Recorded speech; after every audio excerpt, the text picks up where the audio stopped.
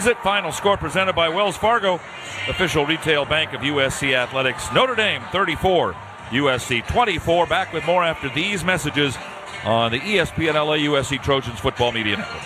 If you are a fighter, Modelo is your reward. So listen close. You put up with a lot, but you always hold it down for your people. You are strong. You are fearless. You are the baddest on the block. You are an elbow grease factory, a force of nature. You are not to be reckoned with. You are a ride or die, a powerhouse of productivity. You are a fighter, and Modelo is your reward. You've earned every last drop of this rich golden lager, so raise it up high. Modelo. Are also Cardinal fans. Are you planning on attending an upcoming Cardinal athletics event? If so, well, stay in style and get a great rate also. Check out GoStanford.com and click on the travel button to see the preferred hotels of Cardinal Athletics. This week's featured properties include the Creekside Inn Palo Alto and the Four Seasons Hotel, Silicon Valley. Start of the second quarter, Stanford leading Florida State 3-0. Seminoles are driving, but right now at Stanford Stadium, with this being reunion weekend and with this class in particular back on the farm for festivities, members of the 1970 Stanford Rose Bowl team being honored on the field right now. Of course, Jim Plunkett, who won the Heisman Trophy, taking top billing. But man, that was a fantastic team. Plunkett, the Thunder Chickens, terrific running backs.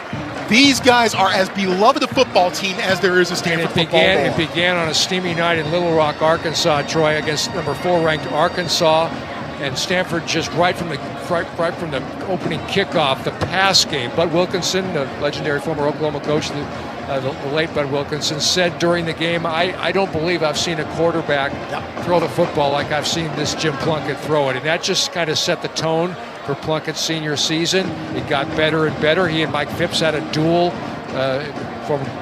Phipps, a former NFL quarterback, or a future NFL quarterback as well. In late September, USC, October 10th, 1970, 85,500 here.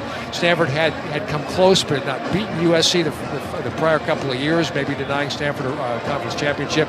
Well, they got it done here on that October 10th, 1970, 24-4. Plunkett, Randy Vitahab, Bob Moore all shined in that ball game, the Stanford pass game that we talked about.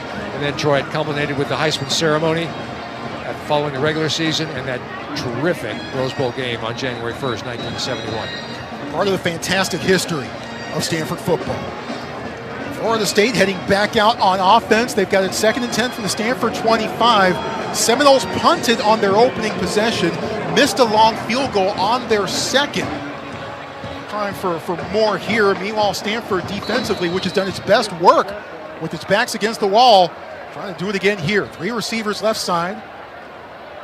Castellanos ready for the shotgun snap. Micah Danzy goes in motion, and now they bring him back, and here's a play fake and a run over to the left side to Feedy. Can't get to Castellanos, but he's chopped down after a gain of about 3 by Clay Patterson, who was able to send Castellanos cartwheeling for only a gain of about 3. Troy, that young man has such quick feet, the veteran quarterback, Tommy Castellanos. 3rd down and 7 from the Stanford 22. Cardinal blitzing. Quick throw left side, incomplete. Thrown behind Javen Boggs. And the pressure may have forced the inaccurate pass from Castellanos.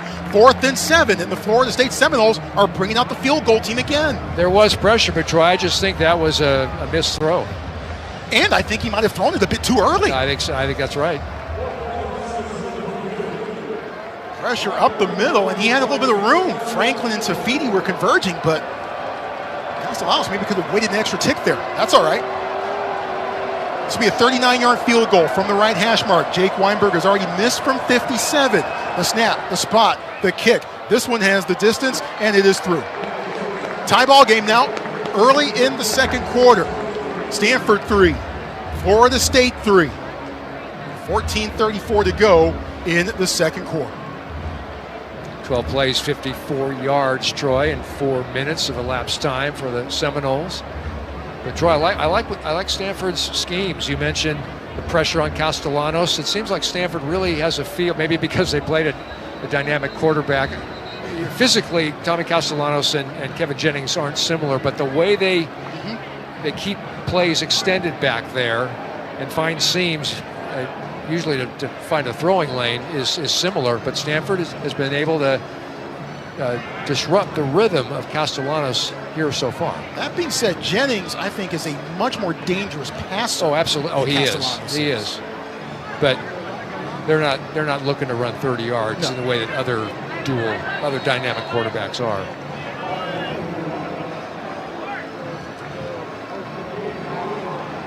3-3, Stanford and Florida State tied early in the second quarter, and I think a crucial drive coming up here for the Cardinal on offense. No kickoff has been returned by a Florida State opponent this year. 41 kickoffs, 41 touchbacks. Let's see what happens here as Weinberg puts his foot into this one. And it's going to be 42 kickoffs and 42 touchbacks. Caden High didn't even bother. Ben Gulbranson, 3 of 7 for 38 yards and an interception. Stanford's first possession, 13 plays, 68 yards, 6:03 off the clock. Well, keys to the game. One of them was defending Florida State's run game. Stanford's done that so far, just 3.9 yards per carry for Florida State thus far. Stanford at 4.6, Troy. That's pretty solid. Libman wide to the left, C.J. Williams slot to the left.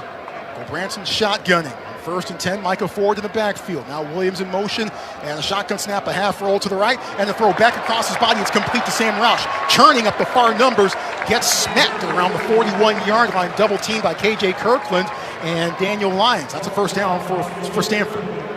Just a delayed out pattern by Roush, Troy, and again, the back was on a passing pattern. Micah Ford behind Gulbranson, Troy, ran a wheel route up the left side, and that cleared out space in that left flat area for Roush to get a reception. You mentioned the great game he had last week, picking up on that thread here tonight so far. 16 yards on that game by Roush. 2 receivers tight to the right, 1 man split to the left. It's Cole Tabb, the lone setback, and Gulbranson under center. Takes the snap, fakes the reverse, back, time, throws left side. It's caught inside the 35, makes a man miss. It's Caden High who stumbles out of bounds inside the Florida State 30-yard line. First down, Stanford. Well conceived, well executed, and a 29-yard gain for the Cardinals. And time for Gulbranson that time. The defensive back, Troy, Shaheem Brown, fell down. And that allowed 5 extra yards for Stanford slot receiver, Caden High. High quiet last week. 1 catch for no yards. Big gain here. 1st and 10 at the Florida State 30-yard line. Forward to the backfield. Jordan Inovue goes in motion. He ends up slot to the right side. Now Gulbranson tells Jordan, hey, come closer to the formation. He does. Shotgun snap and a handoff. Right side forward, sprinting to the perimeter. And finally he squares his shoulders and gets taken down at the 26-yard line by Blake Nicholson from Manteca High School. Is that right? Yes, indeed. Californian out there in Tallahassee, back there. I'd imagine that Blake might have a few folks in the stands here tonight. 4-yard pickup. Manteca, the home of former Stanford great Paul Wiggin, former player, All-American player, and head coach, 80 to 83. 2 receivers left and 1 to the right. Ford to Gulbranson's left hip. Waist-high snap, handled by Gulbranson, and he gives it to Ford, who's trying to move the pile behind left guard and left tackle, and he gets it down to around the 21, setting up 3rd down and 1 with Darrell Jackson Jr., the big hoss in the middle at the bottom of the pile. Stanford quick to the line. And they go 1 receiver wide to the left, 2 tight to the right. Shotgun snap and a handoff to Ford. Has the first down and a little bit more as he's pushing the pile down to around the 17-yard line. First down, Stanford. Cardinal breaking out some tempo. Well, and they're also running with force, Troy. I mean, this is just power running. 4-yard run by Ford, 5-yard run by Ford, now a 4-yard run by Ford. I mean, that's going to move the chains. That math plays. 3 minutes into the second quarter, we're tied at 3 apiece. Stanford driving, and they're in the red zone. Already 0 for 1 on red zone touchdown opportunities so far today. Now Stanford take a shot with C.J. Williams lined up to the left side on a post pattern. Farrell in motion. It's a handoff to Ford, left side, tries to slash across the line, but instead is taken down from behind. KJ Sampson, the defensive lineman, makes the stop, no gain. Florida State going deep into their depth chart here defensively, and we have an injured Time out on the field for an offensive injury. Cardinal player. I can't quite see whom it is. Now he's rolling over onto his left side. And I think it is Micah Ford. It is. So while they tend to Ford, we'll take the timeout on the field. 11:28 to go in the second quarter. Stanford and Florida State are tied at 3 apiece here at Stanford Stadium.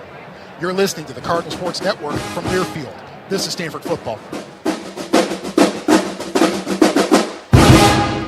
Since 2004, Trumer Pils has brought Stanford fans a true German-style Pilsner the way it was meant to be enjoyed. Fresh. We brew slowly over 6 weeks, giving our beer time to age. This creates the natural champagne-like carbonation and crispness we are known for. No other Pilsner can match the quality of Trumer Pils. Next time you're tailgating, celebrating, or reminiscing about your days on the farm, make sure to grab an ice-cold Trumer Pils. Trumer Pils, the world's most awarded Pilsner, proudly brewed in the Bay Area. Please enjoy responsibly. Recovery starts with the right support. Whether you want to play harder or just play again, move more or move better, reach farther, on or off the court, Stanford Medicine Orthopedics offers comprehensive care for even the most complex cases, with top specialists using the latest technology and minimally invasive techniques to make sure you recover faster. Because our one goal is helping you reach yours. Learn more at stanfordhealthcare.org/ortho. Cardinal versus the Canes in women's volleyball. Stanford hosts Miami at Maples Pavilion on Sunday. First serve at 1 p.m. Tickets.gostanford.com.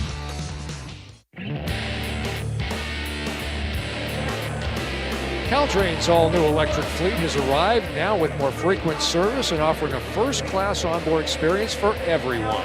Heading to the farm, take Caltrain to arrive at your destination faster and more comfortably than ever while taking advantage of blazing fast Wi-Fi and charging plugs in every seat. Why sit in traffic? Choose a better way to travel. Go faster, go Caltrain, and go Stanford. And this reminder also, fans, discover the ultimate travel hack with JSX. Jet from dedicated hangars in Oakland and Concord to hotspots like LA, Orange County, Vegas, and more. Visit JSX.com today for more information. Tied at 3 apiece, 11:28 to go in the second quarter. Micah Ford, the trainers, while he was down on the ground, they were working on his right leg. Ford was helped off the field with assistance from the trainers, and right now is in the medical tent. And it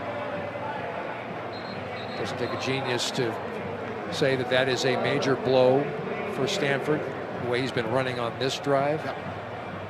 Well, and it makes the running back room a little bit thinner. Stanford already without Tuna Alta here. We'll tab in there now, Cedric Gervin, thinking about when it's going to be his turn maybe to get a series or two. Well, and talking to Frank Reich off the air before the game, he's happy with what he sees from Champ Hampton in practice of late, too. Hampton wears number 34 for you fans in the stands. Cole Tab in the game now. He's the lone setback on 2nd and 9 from the Florida State 17. And here is a handoff on the jet sweep. Farrell gets out of the backfield, turns upfield inside the 15, and is taken down at around the 12 by Earl Little Jr., who's able to clean up that play. Farrell able to beat a Seminole defender in the backfield and turn it upfield for a positive gain. Yeah, it's hard to get around the edge, but you mentioned it. Bryce Farrell cut it inside and was able to pick up 4 or 5 extra yards because of planting that foot and turning it up. 3rd down and 4 from the Florida State 12. Stanford 2 of 4 on 3rd down so far today. 2 receivers stacked wide to the left. Tab in the backfield with Cole Branson. Shotgun snap, looking right. Now flushed out to the right, time running out. He throws and throws it away. Incomplete. No options downfield. Daniel Lyons providing the pressure. There were 2 red shirts in the end zone, but they are both very well covered. And Emmett Kinney comes out for the field goal attempt. Backside pressure forced Cole Branson out of the pocket to his right, which cuts off half the field. And Ben's one of the better, maybe the best player in college football about knowing when to, quote, cry uncle and throw that ball out of bounds. So Kinney on for the 30-yard field goal attempt from the right hash mark. Kinney has already hit from 32 so far here tonight. No wind at all on the field. Flags are still at the top of the uprights. There's the snap. The kick is away, and it is off the upright and no good. But there is a flag down on the far sideline. I think the Seminoles were offside. Or maybe jumping on somebody's back or something. Offside. Defense number 3. That 5-yard penalty resulted in a first down. So a fresh set of downs for the Cardinal. And Emmett Kinney says, whew, I don't do that too often. And that's just concentration. guffaw by Florida State. We talked about, it's that whole thing about Florida State 0-3 and hangover from last year, and coming all this way to play this game. They've never been here before. Yeah, it's crisp is not the word for Florida State thus far in this game. Well, Stanford has a chance to punch it in the red zone. 1st and goal from the 7-yard line. 2 receivers left, Farrell and Inovue. Tab in the backfield, Inovue in motion. And here's a handoff to Tab, sprinting right side, needs a block, gets a block, but is creamed right at the 6-yard line, ran smack into Omar Graham. Just crumbled him like a cracker there a little bit. Yeah. Tab does pick up 1. Nothing there for Cole Tab. See what I did there, John? Graham, cracker? You are quick, and you can make funnies with the language, and make it not even seem that because you do it with such drollness. I have my moments. 2nd down and goal from the 6. 2 receivers left, 1 to the right, Seminoles showing blitz, and here's a handoff. Tab slashing to the left side, trying to get to the corner, and he can't. 2 white shirts in the backfield led by Deontay McCray. That's a loss of 1, maybe 2. And the Cardinal moving backwards inside the 10. It's 3rd and goal. Hard to get to the edge, Troy, against this team. I mean, they may miss assignments and maybe have concentration errors, but they've got the speed to beat you to that edge, and that's what happened there. So 3rd and 7, and didn't think a genius to say Stanford's got to throw this football if they want to get it in the end zone. Irvin in the backfield, Cedric Irvin.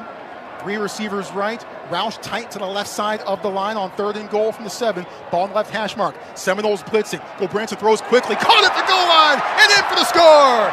Touchdown, Stanford Cardinal! Branson, the dart to C.J. Williams. He makes the grab and puts Stanford ahead. It's 9-3. And that's the guy you want, Troy, on a 3rd and 7. That slant, he runs C.J. Williams, the transfer from Wisconsin, Troy, who's been so hot, averaging 9 catches each of the last 3 games. Lined up on the right side, just a quick slant. The timing was exquisite. Caught the ball at the half-yard line, and just his momentum carried him into the end zone. Cardinal looking to go up by 7 on this PAT. Williams' 3rd catch of the night. This one gives the Cardinals 6. On for the extra point, it's Emmett Kinney who puts it through and gives the Cardinal a 10-3 lead over Florida State with 9:13 to go in the 2nd quarter. That, of course, is another Stanford touchdown brought to you by Cresco Equipment Rentals, the official equipment rental sponsor of Stanford Athletics. Timeout on the field. More action from the field is up next. You're listening to the Cardinal Sports Network from Learfield. This is Stanford football.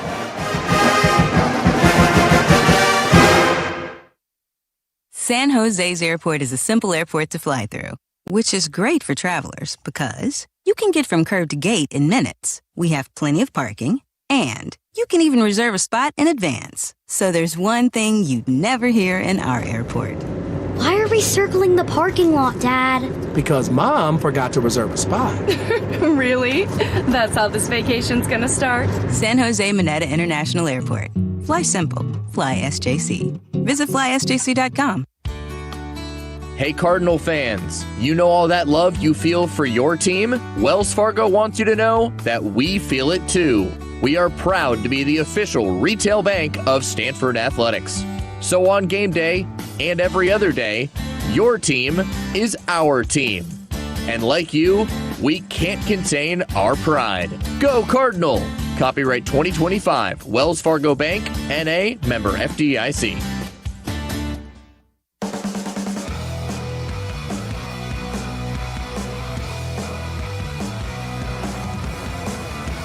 Recover faster with Stanford Medicine Orthopedics. Visit stanfordhealthcare.org/ortho for more information. That's stanfordhealthcare, all one word, .org/ortho. And this reminder also, no one gets you closer to college football than SiriusXM. Download the SiriusXM app and take the Cardinal with you all season long. Tune into ACC Radio exclusively on SiriusXM for news, talk, analysis, and more straight from your phone. No car required. An 11-play, 75-yard drive finishes with a 7-yard touchdown grab by C.J. Williams. Stanford has a 10-3 lead over Florida State with 9:13 to go in the 2nd quarter. Of note, Micah Ford, who was injured during that drive, spent some time in the medical tent Right now he is jogging around the south end zone and headed back to the clubhouse. Interesting, no limp. I mean, the lower extremities seem okay. Maybe the injury is upper body. We simply do not know. Well, Stanford needed 6 and they got it there. Thanks to an offsides penalty that wiped out a missed field goal by Emmett Kinney, and everyone wearing Cardinal and white in the stadium said, phew, thank goodness for that. That's why we're going to make that our Coca-Cola refreshing moment of the game. And fans in the stands are learning, those who don't know, what a great route runner C.J. Williams is and what a great chemistry he has with his quarterback, Ben Gulbranson. He has a feel for where the space is between the zones, does C.J. Williams. Troy, he works very hard in practice. You and I try to interview him, and he's spending 10 or 15 more minutes running routes. So this young man from Mater Dei High School, that storied program in Orange County, began his career at USC. That was brief. Then 2 years in Wisconsin, and now in his 4th year of college, he's come to Stanford. He was recruited, actually, by the David Shaw staff, but opted to go to USC, and boy, he's been a revelation for Stanford the last 3 or 4 weeks. Kenny with the run up and puts the right foot into this one and sends it towards Mountain View. Touchback. 1st and 10, Florida State will begin at its own 25-yard line. Well, Florida State went 3 and out on his first possession.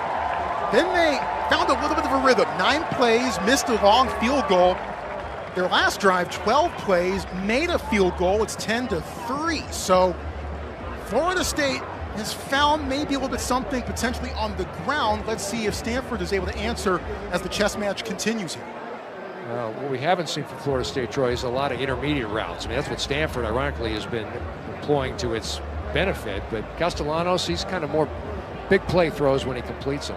Deuce Robinson, the 6'6 receiver, slot to the left. Gavin Sawchuk in the backfield, and he takes the handoff on 1st and 10, trudges over to the right side. May have bounced off the initial pile, but finally was finished off by Shea Ojirique for about a 4-yard gain to the Florida State 29. That reminds me, Troy, of T.J. Harden last week of SMU. They both wear the same number. Does Gavin Sawchuk, this week's opponent running back, T.J. Harden, the SMU running back. Sawchuk from Valor Christian High School in Colorado. Same high school as? Christian McCaffrey. Yes, indeed. Split receivers on 2nd and 6. Shotgun snap to Castellanos, who hands off left side into the pile. Not much there. No gain on the play as Sawchuk ran smack into a couple of red shirts. Braden Marceau Olainka helping to lead the charge. A gain of, they're going to give him about a 2-yard gain, and it's 3rd and 4. And just again running behind the pile. Not a lot of imagination there from Gus Malzahn. 3rd and 4. This is probably most likely a throw play from the Seminoles. Seminoles 2 of 5 on 3rd down. Shotgun snap to Castellanos. He fires down the near sideline, overthrown and incomplete. Deuce Robinson was locked up with Brandon Nicholson, who wins that battle in coverage. Florida State has to punt. Well, it was one-on-one coverage that time, and Nicholson's giving away about 6 inches to the 6'6" Robinson. But Brandon Nicholson was all over him with perfect technique, turned around to look at the football, Troy, to avoid the PI call, and Stanford forces a 3. Now, Cardinal playing well tonight in this reunion weekend game. Nicholson, the sophomore from Memphis. Snap back to Chumento, puts his right foot into it. Spiraling kick, Liam Thorpe comes up, makes the fair catch at the Stanford 29-yard line. So a 40-yard punt for Mac Chumento. So Stanford will take it 1st and 10, its own 30-yard line, and that gives us an opportunity to take a timeout on the field with the Cardinal ahead of the Seminoles, 10-3, 7:58 remaining in the 2nd quarter. You're listening to the Cardinal Sports Network from Learfield. This is Stanford football.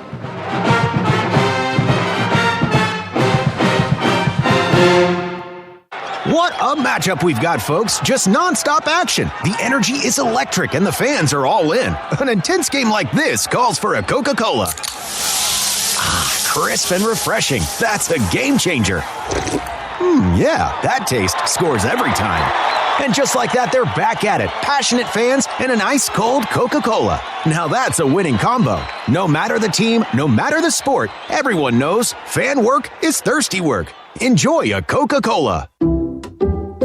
Some people just know you can save money on car insurance by checking Allstate first. Like you know to check Kirk Herbstreit's pregame analysis first, before talking to your brother-in-law. In this game, the key thing to watch will be the offensive line versus their front seven. If they can get pressure without blitzing, this could be a long night.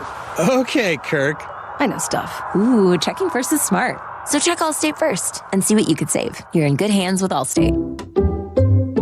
Potential savings vary, including based on how you buy, subject to terms, conditions, and availability. Allstate North American Insurance Company and affiliates, Northbrook, Illinois. Plug into the TreeCast, the official podcast of Stanford Athletics. New episodes every week. Download for free today on the Go Stanford app or Apple Podcasts.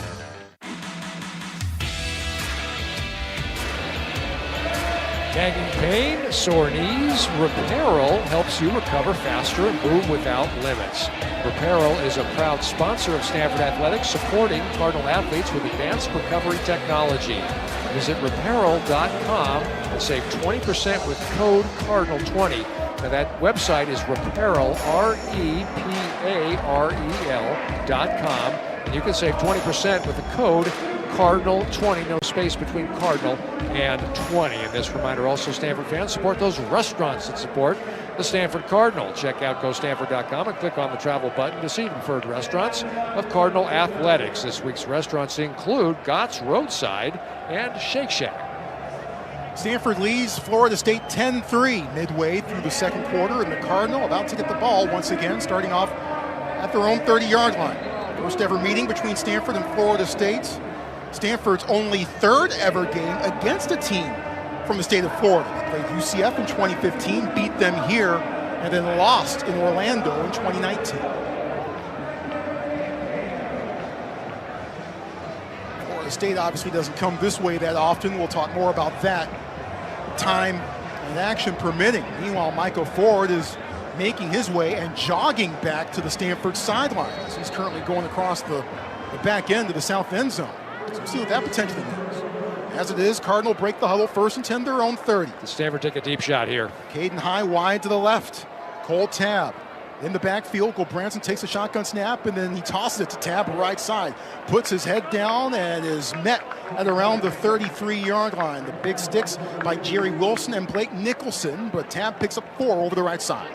It's kind of student body right, USC. Sorry about that, those 3 letters, Troy. But yuck. Toss pitch right, and Tabb didn't get the edge, Troy, but he has a feel for when to plant the foot. Did USC lose today? Good. 2nd down and 6. Ball at the 34-yard line on the right hash mark. 2 receivers tight to the left. Roush on the left side of the line, and 1 man split wide to the right. Now Williams goes in motion slot right. Handoff on a draw. Tabb sprints out towards the left side, fights forward, and gets stopped at around the 37-yard line by Jerry Wilson. A corner making the stop and run support, setting up 3rd down and about 2.5. And the Cardinal back to the line quickly. Back to the line. They did this last time, and it worked. Florida State jumping around defensively. Play fake. Branson time. Backs up. Running to the right. Now heels back over to the left side. He throws. He has a man wide open, but the pass under duress is nowhere near Jordan Inovue on the far sideline. As Branson had to throw that pass while falling away from the line of scrimmage.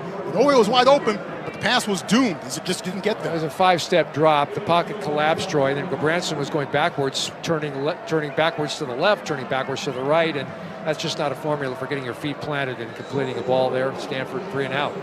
Squirrel White waiting back deep for the Seminoles. Aiden Flintoff had a career day last week, and he sends this one away. Spiraling, coming down to Squirrel White at around the 13-yard line. That, my friends, is a 50-yard punt for Aiden Flintoff, who averaged 53 yards on 5 boots last week, including a career-long 62-yarder. He was a Ray Guy Award winner last week. The award goes to the best punter nationally, and if they look at those stats tightly, Troy, it's the lack of return yardage. And those punts last week, Troy, were things of beauty. Spiraling, directional, didn't allow for returns because they landed at or near the sideline. And great to see, because there was a game or 2 earlier this year where Flintoff struggled just a bit. Yeah. Here's who turned that around. Ojirikwe and Wright are the 2 corners for Stanford. 1st and 10, Seminoles at their own 13. Here's a handoff, wrestled down. Jay Green comes up from the secondary and makes the stop. It's Jalen Lucas who gets his first handoff of the night and doesn't get very far. 2nd down and 10, no gain on the play. Sawchuk back in at running back for Florida State. 2 receivers each side.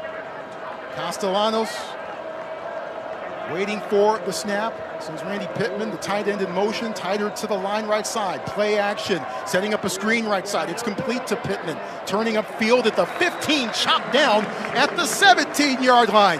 Ja Galvan from out of nowhere. He is speedy to the ball, Troy, and his tackling is so fundamentally sound. Lower body. 3rd down and 6, Seminoles at their own 17. Shotgun snap to Castellanos. Looks right, has to tuck it under. He throws right side under duress. A low ball incomplete to Randy Pittman. Pittman, the intended receiver, but Darius Davis was right there with the coverage. And now it's 4th down. Seminoles deep inside their own territory. Ernest Cooper all in Castellanos' grill. Stanford is making this Florida State offense look ordinary. I mean, they really are doing a job. Punt team back out once again. An opportunity for Stanford to get a return here. This punter for Florida State, though, gets tremendous hang time. Mac Chiamento. Also a good chance to get good field position. We have flags at the snap, and this one's going to move back a little bit for Florida State. False start. Offense number 85. 5-yard penalty. 4th down. How many special team snafus can a team have at a half? Too many. And that's Florida State's 4th penalty. They've only had 20 penalty yards so far tonight, but that means they're not doing a lot of the little things right here. Concentration. Chiamento will punt from about 2 yards deep in his end zone as Florida State punting from its own 12. Waist-high snap. Chiamento takes a couple steps and puts the right foot into it. End-over-end kick. Thorpe fields it on the run. Coming up the near sideline. 40. Cuts back inside. 35. Hit and stuck at around the 32-yard line. Thorpe able to field it at around his own 43-yard line. And Stanford will have superb field position to begin their next drive. Best punt return of the year for the Cardinal, Troy. That punt was a miss hit by the punter. He intended to kick it toward the right side of the field, but it went toward the sort of across the formation to the left side. And rather than let that ball roll, Libman resolved, Troy. So I'm going to catch that ball because if it rolls, we're going to lose yardage back the other way. Caught it, had momentum, and was able to get a 20-plus yard punt return. 26 yards officially. 5:29 to go, second quarter. Stanford ahead 10-3, and the Cardinal beginning at the plus 32. Cole Tabb, the running back. C.J. Williams, Miles Lidman, both tight to the left side, Farrell wide to the right. Here's a handoff. Tabb has a hole over left guard. He takes a Seminole and one of his own blockers with them inside the 30 and down to the 28. Pick up 4. Roush was trying to block for him, Troy, but he runs so low, does Cole Tabb, that he got under and submarined his own guys. Sam Roush. Don't do that. That's how Zach Yamauchi got hurt last week. That's exactly right. Be careful out there. Well, be a jet, not a sub. Stanford lines up in a pistol with Tabb behind Branson. Benji Blackburn, a second tight end in the game, Single goes coverage to the right on side. Libman. Here's a shotgun snap and a handoff. Tabb cuts back up the middle, gets low again, down to around the 25. 3rd down and about 2 or 3 coming up. Darrell Jackson Jr. making the stop, one of the team leaders for Florida State. It's all ACC honorable mention last year. Big dude in the middle, 6'5", 337. There's some wiggle to Cole Tabb, Troy, but what I'm impressed with in this game is he's moving the pile a little bit. Yeah. Running forward, running low, keeping the pads in attack position. Stanford 3 of 7 on 3rd down. It's 3rd and 3 from the Florida State 25. The snap back to Branson. Time, resets, now throws a bullet to the end zone, incomplete. Double covered, and a flag thrown in the end zone. That was Brendan Doyle getting deep downfield, the tight end. Jerry Wilson there to help with the coverage. This flag might be against the Seminoles. Pass interference. Defense number 19. 15-yard penalty. Automatic. 1st down. How about that? Brendan Doyle, a tight end who's probably more known as a blocker, getting downfield into the end zone. Frank Reich talked earlier this week about how versatile his tight ends are, and we keep seeing more and more facets of that week by week. Benji Blackburn has a touchdown Correction, this year. the foul was on number 15. So Brendan Doyle running a post pattern, Troy, and Stanford at the 10-yard line. Chance to extend its current 7-point lead on the Seminoles. 1st and goal from the 10, 4:12 to go, second quarter. Tab to Gulbranson's left hip. One receiver left and two to the right. Back to throw. Gulbranson looks over the middle. He's hit as he throws a low ball at the 5-yard line, and it's incomplete. Intended for Sam Roush, but Gulbranson had to get rid of that one quickly. And Nicky Prongos, as I look down on the field, has a bit of a limp with his left leg, the left tackle, who's been the best offensive lineman for Stanford so far this year. Justin Cryer, the linebacker for Florida State, the veteran, had good coverage on Roush that time. I don't know that one gets caught, even if it wasn't rushed and a little bit more on target. But 2nd and 10 from the 10. Prongo stays in. He's going to try to tough this out. 2 receivers left. Benji Blackburn in motion. He ends up to the left side as well. Backside blitz coming. Gulbranson under pressure. He can't get rid of it. Sacked at the 24. KJ Kirkland came in all the way from the secondary. He brings down Ben Gulbranson, and Gulbranson is slow getting up. He's actually still down on the ground. Timeout on the field for an offensive injury. There's so much speed, Troy, on that backside blitz. And Gulbranson tried to escape it, but the speed with which the defender was coming and hit him, Troy, meant that there was an unnatural lunge to the ground by Gulbranson, and that's what has Stanford fans and us up here concerned. Branson pretzeled down at around the 25-yard line. I believe they're working on Gulbranson's right leg. Let's go Branson flat on his back. Well, he's already been through it this season. Much maligned the first 2 weeks of the year. But he has fought through it, has had some terrific performances, and now he rises up to his feet and is helped off by Miles Jackson and the training staff. Well, Elijah Brown about to take the first snap for a Stanford quarterback this year, not named Ben Gulbranson, and he faces 3rd and goal from the Florida State 23. Branson being helped off the sideline. Brown, the redshirt freshman from Huntington Beach, completed 58% of his passes last year. But it was bifurcated. He was 7 for 7 in that 4th quarter against Cal Poly, and then played in one of the ACC games at home and struggled. Here on 3rd and goal from the 23, I don't think there's hero ball. I think it's a handoff, and let's get McKinney out here. 2 receivers left, 1 to the right. Brown ready for the shotgun snap. He takes it and he hands off to Cole Tab. Has a hole to the right side. Cuts back inside 15, still going and pushing the pile inside the 10 and down to the 8-yard line. Cole Tab picks up 15 over the right side. Give him 12 carries for 55 yards on the evening, and a shorter attempt here for Emmett Kinney. Just another outstanding run by Cole Taptroy. Is really showing us some. I mean, again, he's got wiggle, like he can juke a defender, and again, the pile pushing is what I've noticed in this game. Yes.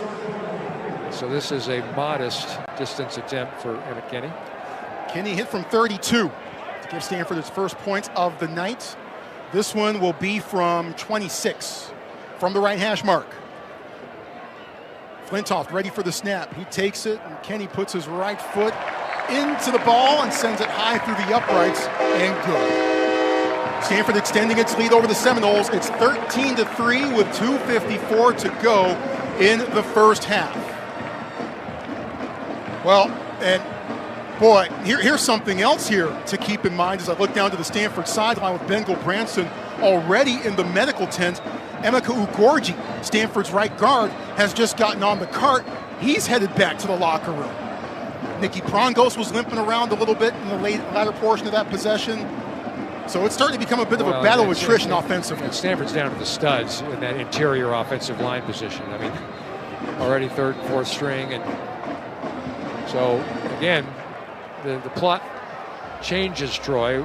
Without Gulbranson, you do have a 13-3. Stanford has played a terrific first half, but you still got 32 minutes and 54 seconds to play. And how will Stanford quarterback Elijah Brown fare in a very challenging and unplanned situation?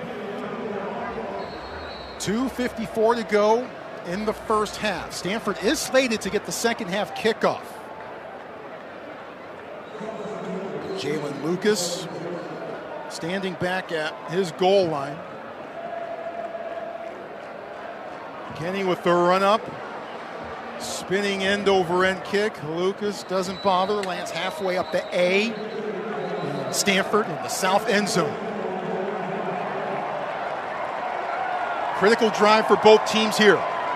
With Stanford ahead 13-3 late second quarter. Florida State, Troy, big play capability. They practice these sorts of things, and the Stanford defense, I mean, you can't do much better than holding a team like this with all the offensive numbers you outlined. The pregame show to hold Florida State to 3 points. I mean, is it the travel? Is it the not enough cohesion? Or will Florida State turn on a dime here and show us something? Hunter Barth and Zach Johnson are the inside linebackers. Gavin Sawchuk, the running back, 3 receivers left and 1 to the right. Castellanos takes the snap, steps up, designed run, scoots over to the right side, being chased by Darius Davis, and he scampers out of bounds around the 31-yard line. Pickup of 6. I'm somewhat surprised we haven't seen more of that from Castellanos so far tonight. I'm with you. He's so savvy that way. Really recognizes where the defenses are, where the coverages are, and again, with the light box, where the running lanes are. 3 receivers left, 1 to the right. Barth coming in on the blitz, and here is a handoff to Sawchuk. Spins off the pile, falls forward shy of the marker at the 34-yard line. Charlie Eckert, safety, coming in. It's 3rd and 1. Florida State back to the line very quickly. Shotgun snap and a handoff, and peeking through the hole up the middle and getting up to the 40-yard line. It's a first down for Florida State. As Sawchuk moves the chains, Darius Davis and Jay Green each in on the stop. We have the 2-minute timeout here in just a moment. They're already back to the line. They might try to sneak in one more play, but they're not going to be able to get it in as the clock goes to 2 minutes remaining. This is the 2-minute timeout. Darryl DeBerry, the referee, confirms. 13-3, Stanford leading Florida State. We'll observe the 2-minute timeout ourselves. More action from the field is up next. You're listening to the Cardinal Sports Network from Learfield. This is Stanford football.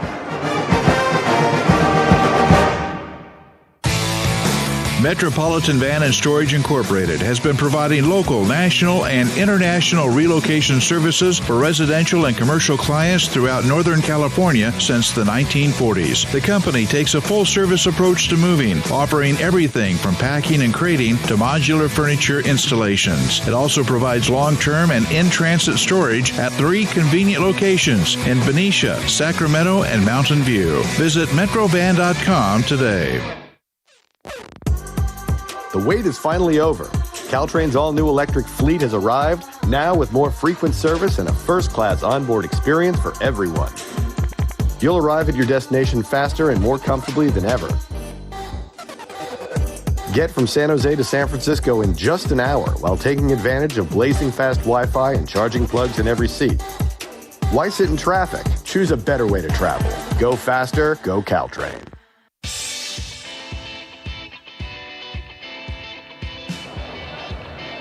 Stanford Athletics would like to extend its thanks to the Stanford Federal Credit Union for its sponsorship of tonight's Stanford football game. Stanford Federal Credit Union is the official credit union partner of Stanford Athletics. Troy, I look to the south end zone and I see the class of 1975, those who have come back for a reunion weekend. That's what Stanford does on reunion weekend. The class that is celebrating the 50th reunion, they get to walk across the field. That's pretty cool. That'll be me in 2047. So that's a ways away. Yeah, a little bit. 13-3, Stanford leading Florida State. We're at the 2-minute timeout here in the first half. While we have a moment, let us go ahead and pause 10 seconds for station identification. You're listening to Stanford football.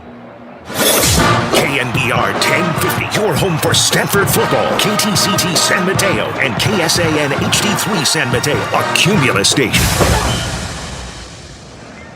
Of note, there were 2 Stanford players on the cart going from the medical tent and back up to the locker room. Freshman left guard, freshman right guard, Emeka Ugorji, and quarterback Ben Goldbranson. Ugorji was actually ready to go, but they had to tell the cart, hey, wait a minute, we got one more coming. They put Goldbranson on the back of the cart, and now both of those young men are back in the locker room getting more assistance. Well, and again, it's the way Ben Goldbranson's played here after the first couple of games. We talked about all the offensive guards and centers who are on the shelf. I mean, I think we're up to 8. Yeah. To add them all up. Yep. You know, guys, you're gonna have to shift some tackles to emergency interior line guard duty. Drew Cunningham, who also plays special teams. We just saw him jogging back up to the locker room, too, as he was hurt on the last kickoff. And Stanford sustained the good play, Troy, with some key guys going down. Seminoles ball, 1st and 10, their own 40. 2 receivers each side. All shaded towards the right hash mark. Castellanos claps his hand, takes the waist-high snap, play fake, under some pressure. Being chased by Clay Patterson, gets away from him, now squares, spins, and gets up to the 45-yard line. A pickup of 5 as Hunter Barth cuts off Castellanos at the sideline. Zach Johnson there too. But that's Clay Patterson, Troy. Forced Castellanos to go wide, and that's where a Stanford help defender was. 2nd down and 5. Ball on the right hash mark. Back to throws. Castellanos steps up in the pocket, and he finally heads over to the left side and finally dives down short of the marker as he's brought down by Zach Johnson. Castellanos could have gone ahead of the marker, but didn't. He started his slide before, and now it's 3rd and 2. And now another Stanford injury. It's Colin Wright, way down the field. And Colin Wright, who was questionable coming into today, gave it a go during pregame warm-ups and was able to go, but now he is down. Well, and as all Stanford fans know, probably Stanford's likeliest NFL candidate from the current crop of Stanford defenders. And, you know, wanted to play for his team, not 100% coming into the game, and that was a non-contact injury. Troy, he's lying on the field 40 yards from Time out on the scrimmage. field for a defensive injury. Florida State has elected to avoid the 10-second subtraction. The clock will start on the snap. Well, Wright has been helped up to his feet, and he's walking slowly as he's escorted back to the Stanford sideline. That tent is busy. Way too busy for a team that has already seen too many bodies go by the wayside. 3rd down and 2. 128. Florida State still with his full complement of timeouts. Didn't have to use one there because of the injury to Colin Wright. Seminoles ball their own 48. Sawchuk lines up behind Castellanos, now goes to his left hip. Snap to Castellanos, handoff right side. Sawchuk able to get out of the mess and dive forward. They actually spot him down right at the midfield stripe. That is enough for a 1st down. I actually thought Sawchuk got more than that. Well, he, like a matador, avoided Teverow Tafiti, who was oncoming in the backfield. 2 receivers each side, 1st and 10. Castellanos sidesteps Anthony Franklin, sends one deep down the near sideline. It's caught inside the 15 and out of bounds by Deuce Robinson. 1st down, Florida State. Robinson made the adjustment. Darius Davis did not. And that's exactly right. And so often on an underthrow, outside the numbers of 30 yards or more, it's that receiver that is able to make the quicker adjustment. Troy Walters did it so brilliantly for Stanford in the late 90s. The former Biletnikoff winner, speaking of Biletnikoff, but now Florida State's really in business, Troy. Seminoles 79% red zone touchdown percentage this year, 3rd in the ACC. We have whistles, and Stanford has called timeout. Charge timeout. Stanford, their first, 30 seconds. With 1:11 to go in the first half, and the Cardinal ahead by 10. Well, many of the numbers for Stanford defensively aren't necessarily going to wow you, at least maybe not in a positive sense. But the saving grace has been what Stanford has done in the red zone, allowing just 40% in red zone touchdown percentage, tied for 2nd in the league entering this week. And that's quite honestly saved Stanford on several occasions this year. It's been surprisingly good. I mean, relative to other teams and power conference list. Colin Wright walking back to the Stanford locker room. Their corners are Ojurikwe and Jordan Washington. Jay Green in the nickel. Darius Davis, Scotty Eckert, their safeties. Florida State 1st and 10 from the Stanford 13. 2 receivers left and 3 to the right. 5 wide. And a quick throw right side. It's complete at the 10. Zach Rowell comes back to help make the stop, but plugging ahead and getting down to around the 9-yard line. It's a pickup of 4 by Jalen Lucas. Charge timeout. Florida State, their first, 30 seconds. So 2 apiece in the timeout category remaining for each team. The clock stopped, 1:05 to go, first half. Castellanos 7 of 12 for 88 yards. 37-yard grab by Deuce Robinson putting Florida State inside the red zone. Here inside the 10, Florida State has the 2 timeouts to work with, the experienced backs, but Randy Pittman, the tight end, is effective here. Deuce Robinson is 6'6". You can just throw a fade to him. Yep. Robinson with 4 catches for 71 yards against Stanford in 2023, back when he was playing for that directional school in LA. Yep, that last one in the Coliseum. Yep. 2nd down and 5, ball at the Stanford 8.5. Robinson slot right. And an empty set once again. 3 to the left and 2 to the right. 3 down linemen for the Cardinal.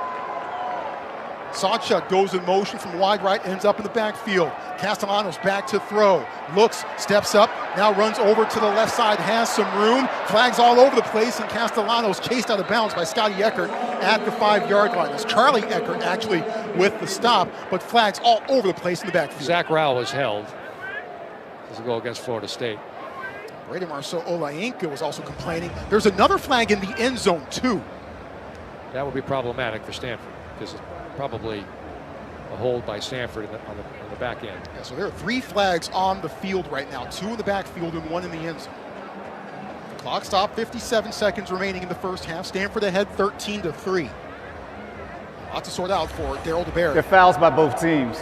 Holding, number 55. Holding, defense. Those fouls offset. Still 2nd down. Well, Gunnar Hansen, Florida State's left tackle, identified his holding penalty, a transfer from Vanderbilt. Good day for the Commodores earlier today. And for Indiana. Speaking of Jalen Lucas, the transfer. So 2nd down and 5 with the offsetting penalties. We'll do it again. 3 receivers left, 1 to the right. Deuce Robinson single coverage on the right side by the number. McCoy comes in short motion. On the left side, shotgun snap to Castellanos, looks right, now looks over the middle, has nowhere to go. Now running over to the left side, waiting for someone to come open. He throws and overthrows out of the back of the end zone. It's incomplete. McCoy, the intended receiver, but the pressure, the clock was ticking, and Ernest Cooper was coming from the backside. Just a kind of a scramble drill back as the pocket broke down. And Castellanos, he wasn't throwing it away. He just missed high by like 6 feet. Relative to his intended receiver in the back end of the back part of the end zone. Seminoles 4 of 9 on 3rd down. It's 3rd and 5 from the Stanford 8. Will this be another touchdown denial in the red zone for Stanford? 3 receivers left, 1 to the right. Castellanos takes the snap, rolling over to the right side, finally takes off at the 5, tries to hurdle, goes up, over, and clears the pylon for the score. Touchdown, Florida State. Castellanos flies high and goes in for 6. It looked like a vault play. The ruling on the field is a touchdown. Yeah, he ran toward that right pylon on the far side in the north end zone, Troy, went up in the air and got hit midsection. That caused him to spin up in the air, and his dismount was pretty darn good. Galvan and Tafidi sending Castellanos head over heels.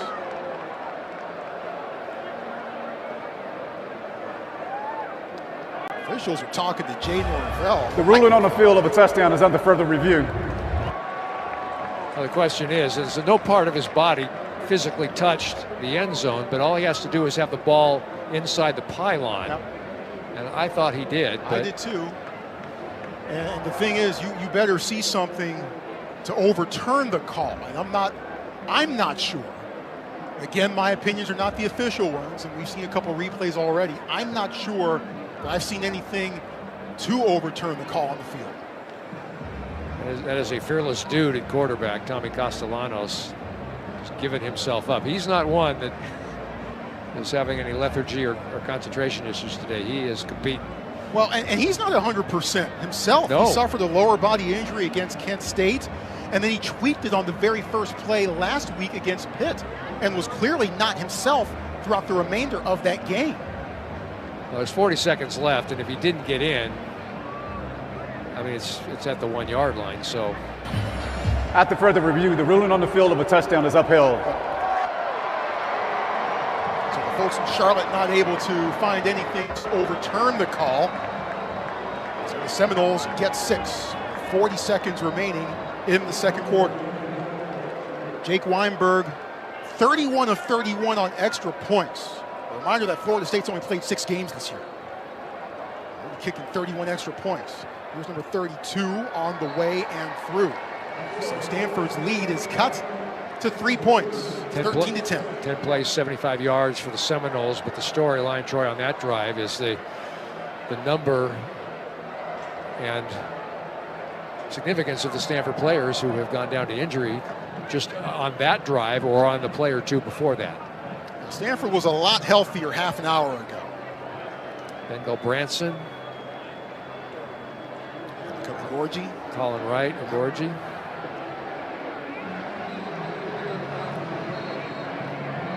So given that Micah Ford also had to leave the game earlier. Early in the game. Yep. Talking about 3 of Stanford's 5 most significant players in any game.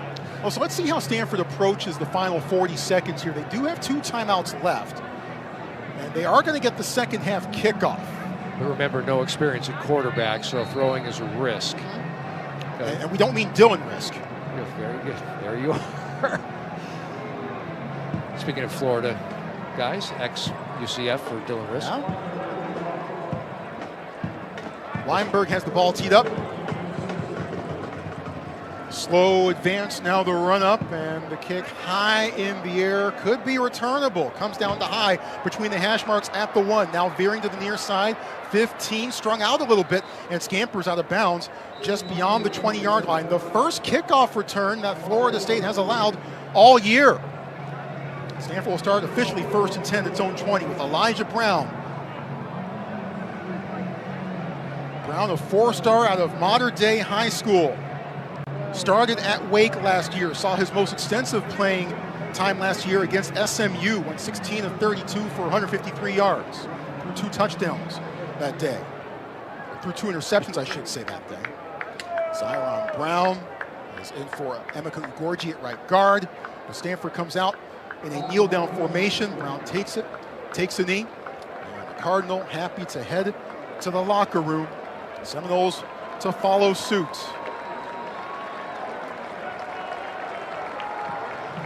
Stanford has had the lead throughout, and it's the first time this season that Stanford has had the lead at halftime so far. They were tied at 20 apiece against Boston College after 30 minutes here tonight.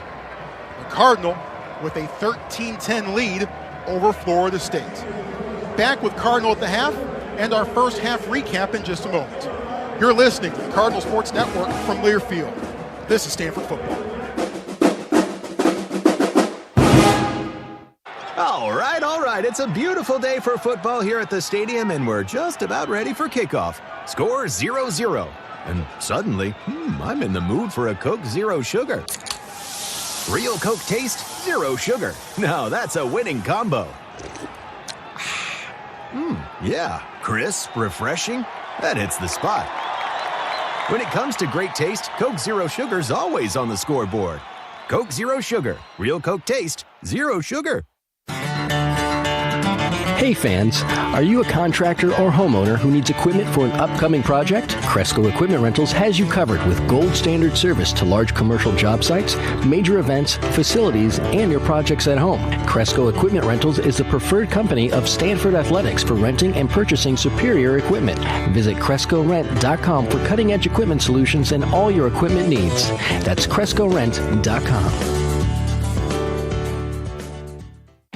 Stanford kicks off November with a showdown against the Pitt Panthers. See you at Stanford Stadium on the 1st. Tickets.gostanford.com.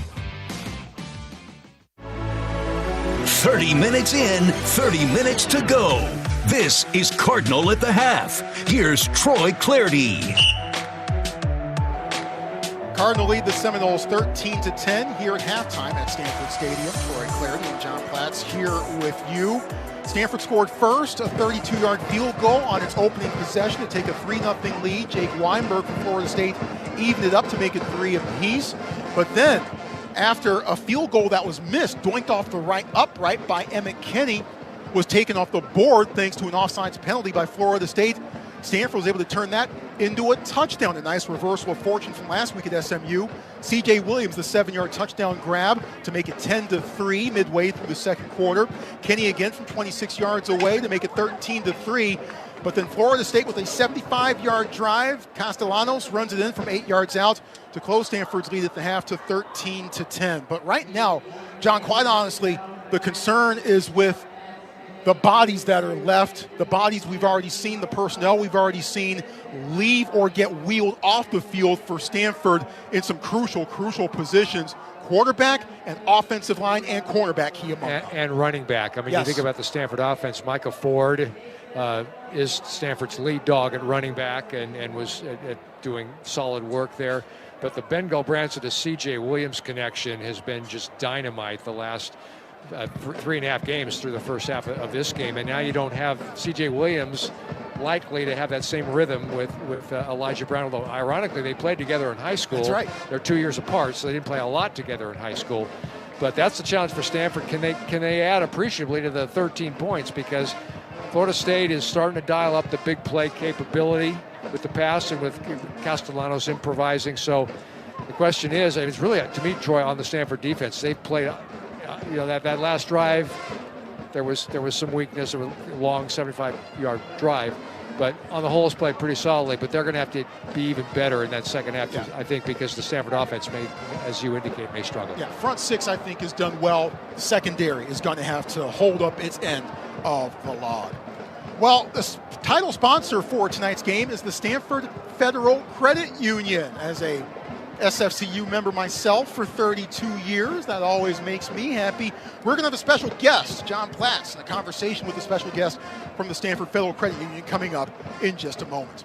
13-10, Stanford with the lead over the Florida State Seminoles. You're listening to the Cardinal Sports Network in Learfield. This is Stanford football.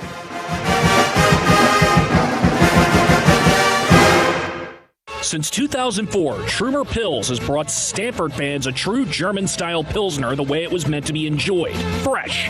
We brew slowly over 6 weeks, giving our beer time to age. This creates the natural champagne-like carbonation and crispness we are known for. No other Pilsner can match the quality of Trumer Pils. Next time you're tailgating, celebrating, or reminiscing about your days on the farm, make sure to grab an ice-cold Trumer Pils. Trumer Pils, the world's most awarded Pilsner, proudly brewed in the Bay Area. Please enjoy responsibly. San Jose's airport is a simple airport to fly through, which is great for travelers because you can get from curb to gate in minutes. We have plenty of parking, and you can even reserve a spot in advance. So there's one thing you'd never hear in our airport.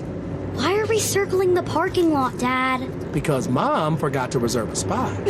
Really? That's how this vacation's gonna start? San Jose Mineta International Airport. Fly simple. Fly SJC. Visit flysjc.com. Some people just know you can save money on car insurance by checking Allstate first. Like to check if they're going for it on 4th down, before going to the concession stand. Yeah, give me 3 hot dogs, 2 jumbo touchdown, baby! What? Hey, buddy, you want cheese with those? Yeah, checking first is smart. No. So check Allstate first and see what you could save. You're in good hands with Allstate. Potential savings vary, including based on how you buy, subject to terms, conditions, and availability. Allstate North American Insurance Company and affiliates, Northbrook, Illinois.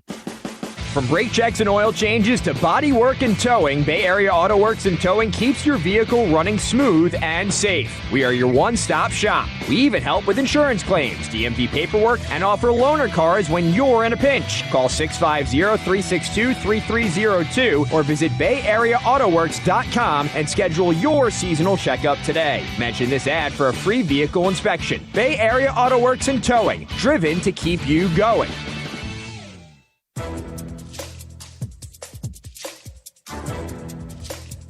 This copyrighted broadcast is an exclusive presentation of Learfield under the broadcasting rights granted by Stanford University. Reuse of this presentation is prohibited without the expressed written consent of the university and Learfield. Announcers are provided by Learfield and approved by the university.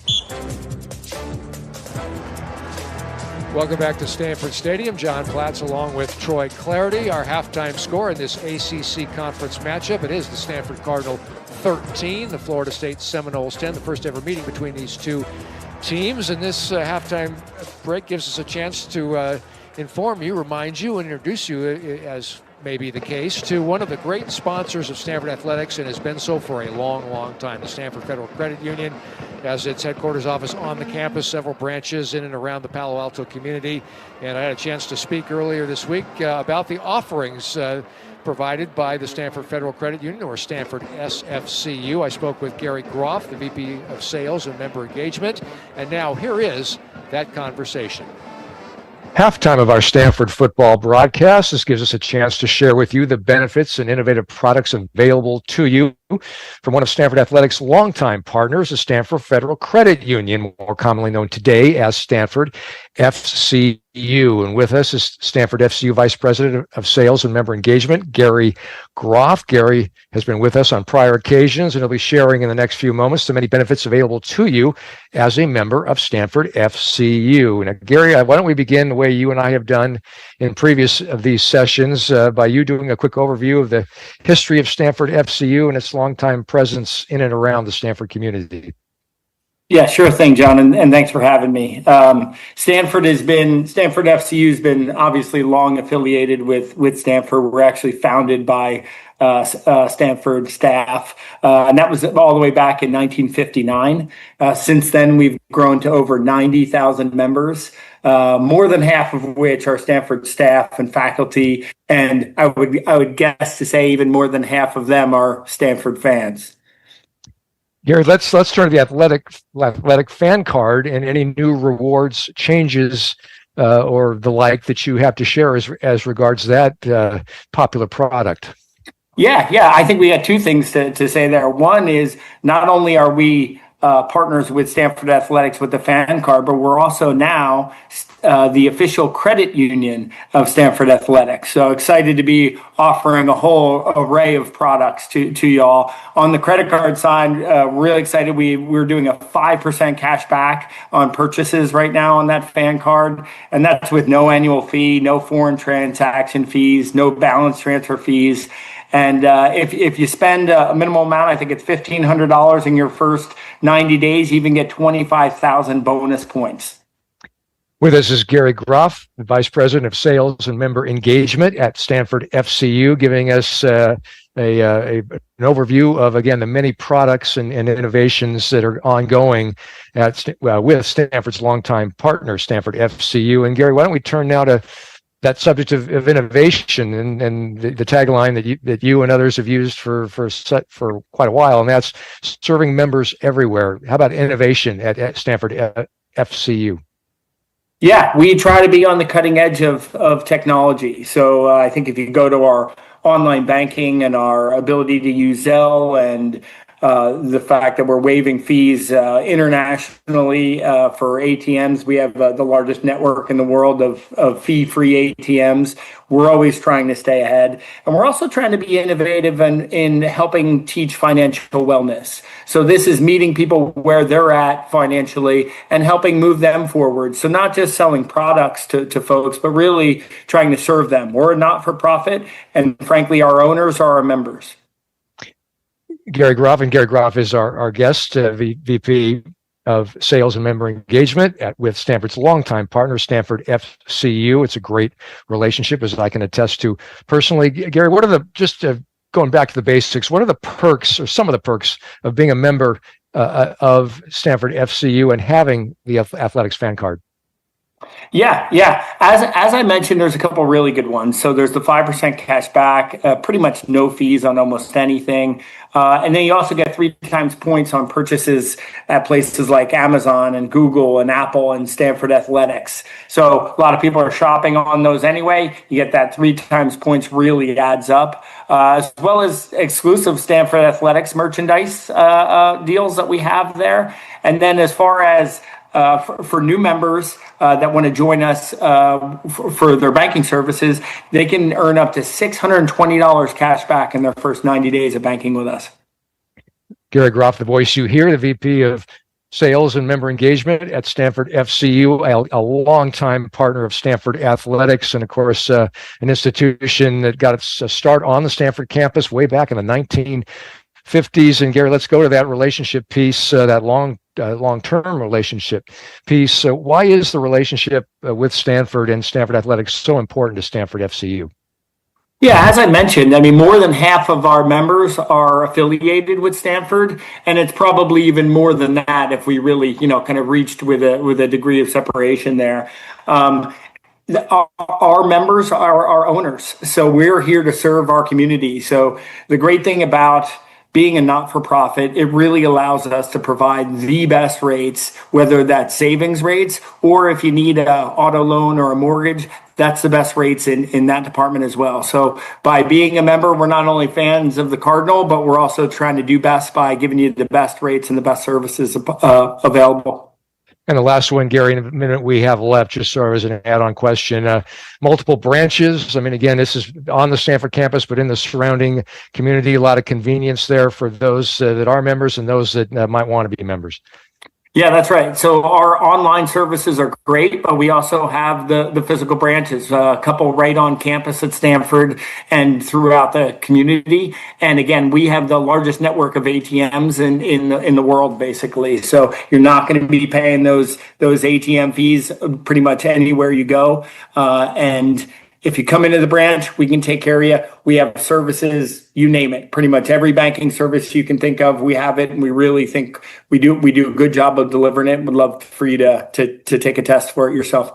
For those of you that aren't members of credit unions, they are fantastic financial institutions, a good alternative to the banks and such that have to meet quarterly earnings. And it's a great leadership team over there at Stanford FCU. And of course, one of them is Gary Groff, with whom we've been speaking, the Vice President of Sales and Member Engagement at Stanford FCU, a long and valued partner of Stanford Athletics. Gary, thank you for giving us a few minutes of your time.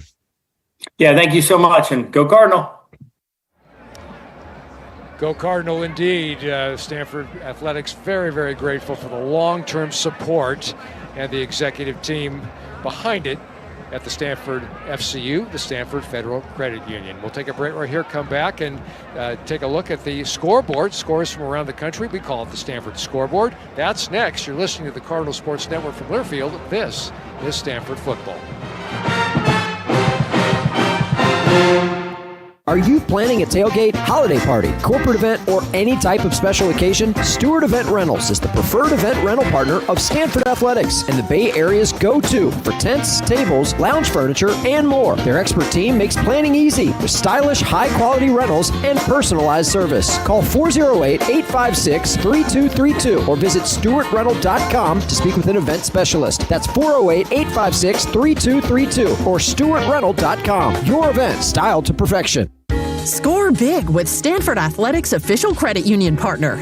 Stanford Federal Credit Union is crushing the competition with unbeatable cash rewards, great rates, and extra perks that go the distance. Take the win with free checking, free ATMs, and 5% cash back with the exclusive Stanford Athletics Fan Rewards credit card. Join the winning team.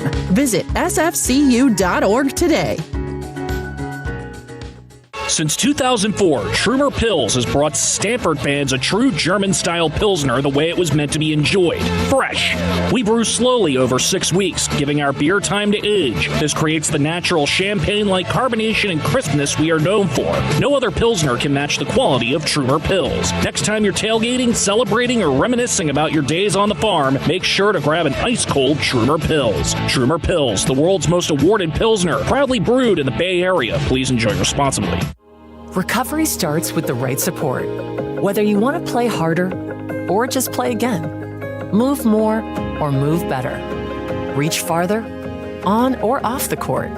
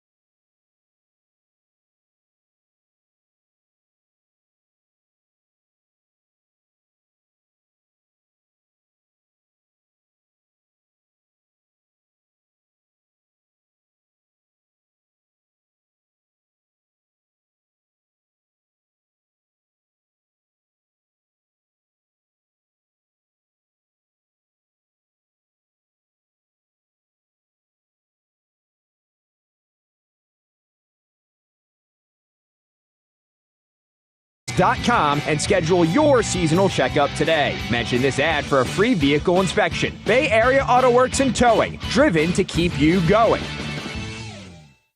Recovery starts with the right support. Whether you want to play harder or just play again, move more or move better, reach farther, on or off the court.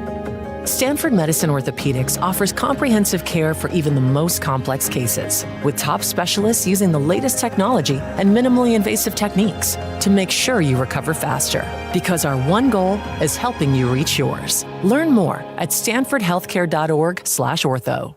Cardinal versus the Canes in women's volleyball. Stanford hosts Miami at Maples Pavilion on Sunday. First serve at 1 p.m. Tickets.gostanford.com.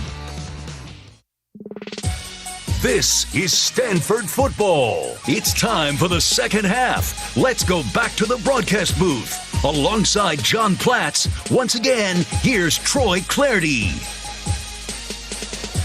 Stanford leading Florida State 13-10 at the beginning of the second half. The Cardinals slated to receive the kickoff. And John, I've always felt that first series on offense, first series on defense in the second half are crucially important. They're critically important, I think, here for Stanford tonight, given the injuries that Stanford suffered so far. And Elijah Brown, all eyes will be on the Stanford backup quarterback. Of course, we played a little bit last year. The redshirt freshman from Huntington Beach, 6'2", 205 pounds, Troy. Two-time state championship quarterback at Modern Day. But, of course, that team had a huge offensive line, and there wasn't a lot of progression throwing, kind of one-read stuff. And he's going to be challenged immediately by Florida State, and that athleticism. We'll see how the young man does. This kick is out of the back of the end zone. Troy, sorry to usurp you, but Elijah Brown, welcome back. And here he is. Here's your chance, young man. Brown has taken 2 snaps so far today. The first was a handoff on 3rd and 22. The second was a kneel down. Last year, 24-48, 273 yards, 2 touchdowns, 3 interceptions. The spot duty that he saw, the one start that Troy mentioned against SMU. Stanford's offensive line from left to right. Prongos. As we'll get to that in a moment here. 1st and 10, Stanford ball at its own 25-yard line. 2 receivers to the left and 1 to the right. Quick throw by Brown, complete. Sam Roush, nice soft hands grab as he's bumped out of bounds near the sticks. That might be enough for a first down. That's a good way to get your quarterback into a rhythm. Well, I mean, the offensive staff, the brain trust, is shortening the playbook. One of the, quote, safe throws, that was an out pattern to Roush. Coverage was soft. Stanford's senior tight end made Elijah Brown look good on that first throw. Stanford moves the sticks. Prongos, Josh Williams, Fisher Anderson, Zyron Brown, and Khalil House, the offensive line from left to right. 1st and 10, Stanford at its own 36. 2 receivers left, 1-man split tight to the right. Turns, hands off, tab, not much, but somehow pokes his way through and is able to turn a potential 2-yard loss into about a 4-yard gain before Ashman Barker brings him down from behind. Just they think they have him wrapped up, but he runs lower than they think, and he just slithers out of there for an extra couple. Just an all-around solid game by Cole Tabb. It's had to be because Micah Ford, of course, is out with injury. Tabb, the redshirt freshman from Fort Walton Beach, Florida, 4-star recruit. Had a 365-yard rushing day in high school. Shotgun snap on 2nd down and 6. Here's a handoff, slight hole for Tabb up the middle, lunging forward across the 45 and up to the 47-yard line, stopped by Earl Little. That's a first down, but holding. Offense number 74, 10-yard penalty. 2nd down. Well, it's only the 2nd penalty of the night for Stanford. I'm sure that's not going to make Frank Reich feel that much better in the immediate moment, but it's still an improvement over what we've seen from Stanford penalty-wise over the last couple of weeks. It makes it tougher for Elijah Brown. Yep. If on 3rd and 16, he's going to see pressure. He's going to have to make a good decision. That hold was on the center, Fisher Anderson. A 6'6" center, but he's not necessarily a center by trade. It's just what Stanford has had to turn to. 2nd and 16, ball at the 30. Tabb stays in, 2 receivers right, 1 to the left. Tabb to Elijah Brown's left hip. Shotgun snap, pressure coming. Brown throws quickly right side as Bryce Farrell tried to come back and make the grab. It was incomplete. Farrell actually may have been trying to go to ground and might have stumbled on his break. And the pass came in just a bit too high, 3rd and 16. Yeah, I agree with you, Troy. First, I was going to say that that's just a lack of familiarity with reps between Farrell and Elijah Brown, but I agree. I thought Farrell stumbled a bit, and that caused the throw to be errant. Now it's 3rd and 16, and now it's pin your ears back time if I'm Tony White, the defensive coordinator for Florida State, who's a good one. Who said his team played way too timidly on defense against Pitt last week. 3rd down and long. They're showing 6. Stanford 3 of 8 on 3rd down. 3 receivers bunched wide to the left. Irvin in the backfield with Elijah Brown. 4-man rush, back to throw, looking left. Brown fires short left side, complete to Marcus Brown. Shimmy shake across the 35, but is hounded and brought down at the 37-yard line, about 9 yards shy of the marker. Jerry Wilson and friends arriving angrily to the ball, and here comes the punt team for Stanford. High school combo there, Elijah Brown to Marcus Brown, but Marcus did not run the route to the sticks. He was hoping they could get yards after the catch to get Stanford the first down, couldn't do it. Marcus Brown, Stanford's only returning wide receiver who caught a pass last year. Flintoff on for the punt. He had a 50-yarder earlier tonight. Puts his right foot into this one. Sends another gorgeous kick away. Backing up Squirrel White. Fields it at the 6. Makes one man miss. Now starts up, heading over towards the left side. Cuts back up across the middle and is brought down at around the 21-yard line. That's a 56-yard boot by Aiden Flintoff. It's also about a 15-yard return for Squirrel White. And Florida State will start 1st and 10 at zone 21. Flintoff just continues to hammer the football. Boy, it's been money. Well, now let's see what the Stanford defense does. During the kick, holding, receiving team number 20. Penalty enforced half the distance to the goal. First down. Well, the Seminoles will not have terrific field position to start this drive. Tommy Castellano, 7 of 13 for 93 yards, 7 carries, 28 yards, and an 8-yard touchdown. The only touchdown of the night so far for Florida State.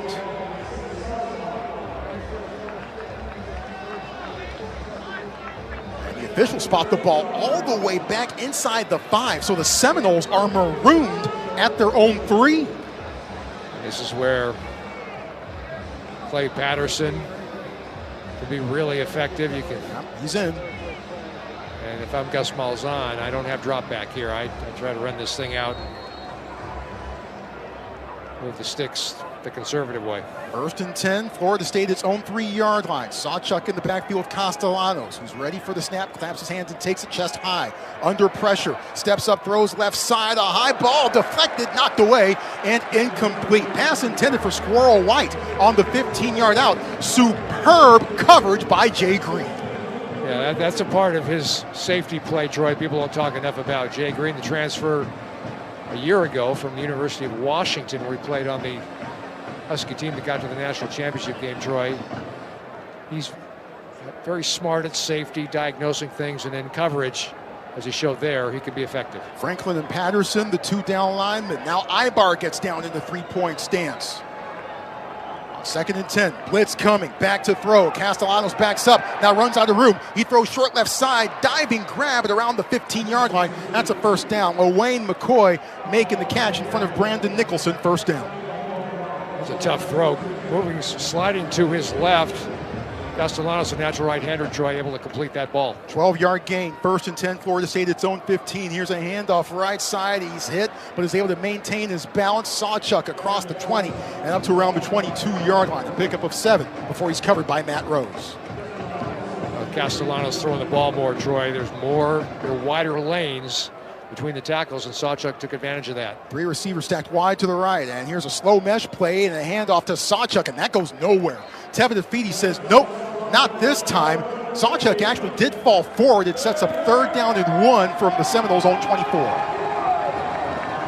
Florida State 5 of 10 on 3rd down. They're getting everybody set. Micah Danzy, who's been quiet so far in this game, big home run hitter. He slot to the left. 2 receivers left, 1 to the right. Shotgun snap, handoff up the middle. Sawchuk just gets enough as he pokes forward across the 25 up to the 26, first down.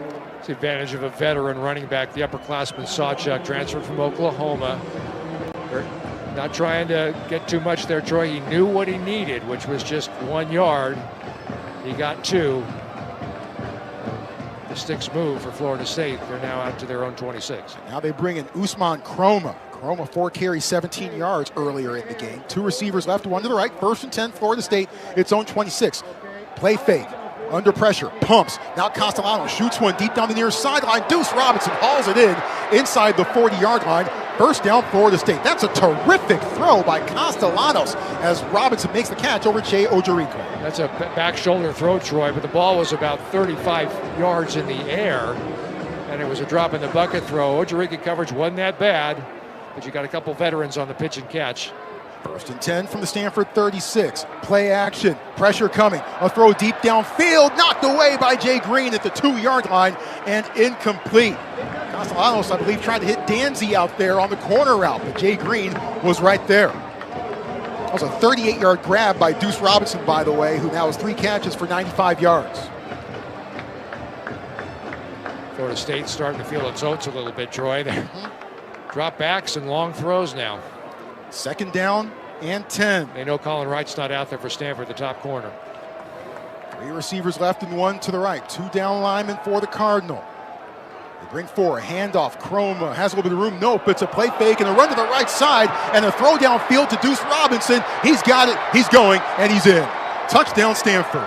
Boy, that was run to absolute perfection and fooled everybody, including the announcer. As Castellanos play faked, ran over to the right side. Deuce Robinson made the catch downfield and ran untouched down the field. There is a flag down somewhere. I don't see a flag, but I do see officials talking things over. Looks like it's coming back. Illegal forward pass, offense number 1. The penalty is 5 yards from the spot of the foul. It also includes the loss of down, 3rd down. Well, Stanford has already taken advantage of a penalty on Florida State that wiped out a missed field goal by Emmett Kenny. This one takes a touchdown off the board.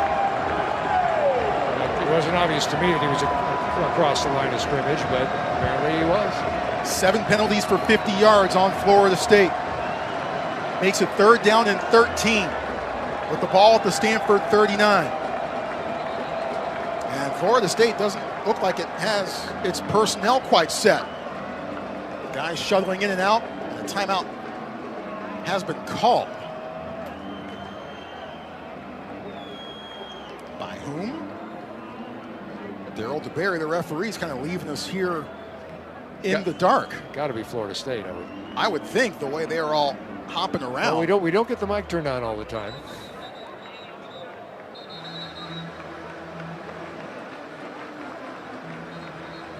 Well, everyone is breaking back and trying to get back into full mode here. I guess there was no charge. The correct down is 3rd down. Okay, so maybe that was the reason for the stoppage. Sorting that out. 10:22 to go, 3rd quarter. Stanford ahead 13-10. Florida State with the ball facing 3rd and 13 from the Cardinal 39. 4 receivers to the right. Sawchuk in the backfield. Castellanos. 1 down lineman. Stanford brings 4 and a spy. Castellanos lets it go deep down the far sideline. In traffic at the 5. Double covered. Knocked out of bounds and incomplete. Jay Green once again rotating over and making the play. Brandon Nicholson was also there, the Stanford corner. Time out on the field for an offensive injury. Yeah, and the intended receiver down along that far sideline, Wayne McCoy, hit the ground hard after being hit by 2 Stanford defenders. And he is still down, just out of bounds on the far sideline at around the 3-yard line. Hard ball to complete. Castellanos went back, Troy, to the near hash, and he's trying to complete it to the opposite pylon. And throw wasn't bad, but Stanford had 2 defenders right there, and they all went up for it, and it looks like McCoy took the worst of it and on the landing. Yeah, he may have landed and on the way down, ouch, he hit his head rather hard on the ground, and he sat back up and he was holding his head with both of his hands, and then he just went straight back down, and now he's currently face down on the turf.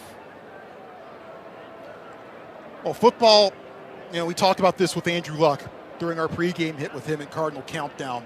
Look, Stanford's been hit with injuries all season long. Florida State may be even more racked by injury than Stanford has been.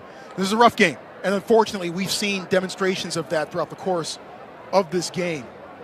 McCoy sitting up and now to his feet, but I'm sure they will do all the appropriate concussion examination procedures. Yeah, it looked a tad wobbly as he got back up to his feet. So they'll walk him over to the medical tent. This will be a pooch punt scenario for Florida State. Yeah, Seminoles punting from the plus 39 as Chumiento's out there, with it being 4th and 13. Liam Thorpe, freshman, standing back at the 12. Chumiento takes the snap, pauses, sends the right-footed end-over-end kick away. It hits, dies at the 5, and is downed at the 6. So Chumiento does his job, just a 33-yard punt, but it leaves Stanford deep inside its own 10-yard line. 1st and 10 Cardinal from their own 6. When we return, Stanford still with a 13-10 lead over Florida State with 10:06 to go in the third quarter. You're listening to the Cardinal Sports Network from Learfield. This is Stanford football.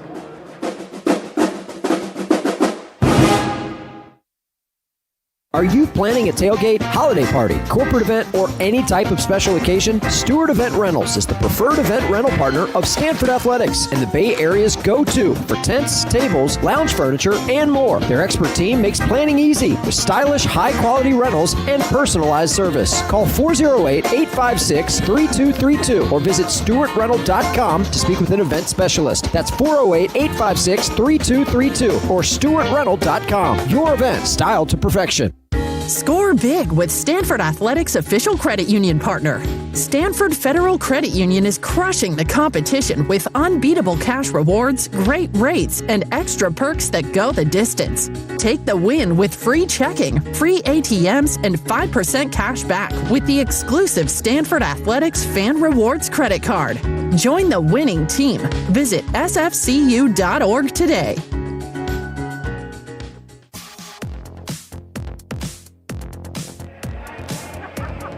You know what season it is. Sure, it's football season, but it's also the perfect time to plan your next trip. When you fly through SJC, San Jose Maneta International Airport, travel is simple. We're the closest airport to Palo Alto with easy parking reservations, a great kids play area, and tasty dining spots like Firehouse Subs and Pizza My Heart. This season, make SJC your go-to for stress-free travel. Plan your trip now at flysanjose.com. Fly simple. Fly SJC and go Cardinal. And this reminder also, no matter the team, no matter the sport, everyone knows fan work is thirsty work. Enjoy the crisp, refreshing taste of a Coca-Cola. 10:06 to go in the third quarter. Stanford with a 13-10 lead over Florida State. Stanford with Elijah Brown at quarterback. True freshman at left guard. Another freshman at right guard. Ben Gulbranson injured on the penultimate drive of the first half. He was tackled on a backside blitz and his leg absorbed his body's attempt to brace that fall. It was a speedy backside blitz in hard contact. And now for Elijah Brown, Troy, on your own 6-yard line, without the experience, getting rid of the football. Don't try and force it in there. This is a supreme challenge for a young man who has not had a lot of snaps in his Stanford career, Elijah Brown. And he's going to need a lot of his friends to step up for him. Cardinal break the huddle, 1st and 10, their own 6. 3 receivers right side with Sam Roush tight to the right, Caden High wide to the left. It's a good time for a screen to Cole Tab. Now they bring both the tight ends tighter to the formation on the right side of the line. Caden High wide left, Cole Tab in the backfield. Brown takes the snap, turns and hands off to Tab, stutter step across the 5, squirms to the 10 before he's met by Omar Graham Jr. Tab now with 13 carries for about 62 yards. Well, he still is pushing the putt. I mean, that little guy can it's not a big push, but he gets an extra 1 or 2.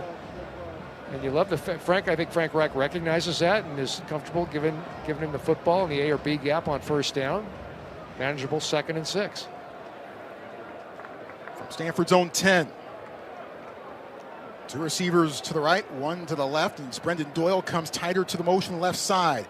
Handoff, tab again, squirting forward, and again moving the pile, and it finally finishes up at the 15-yard line. So it's going to be 3rd and 1, and Tab able to make a 2-yard pickup into a 5-yard gain. Yeah, it's remarkable. I mean, that was a run between the center and the right guard, and Florida State Seminoles converged on him. 3-4 guys, bigger guys, all of them are bigger than Cole Tab, and he's the one that's got the leg drive.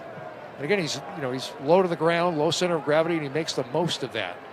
3rd down and 1, Stanford's own 14. Brown shotgunning. Two receivers tight to the right, one tight to the left. And it's a handoff to Tab again, struggles forward, gets the first down.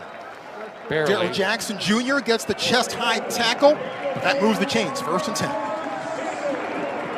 Stanford needed 1, it got 2.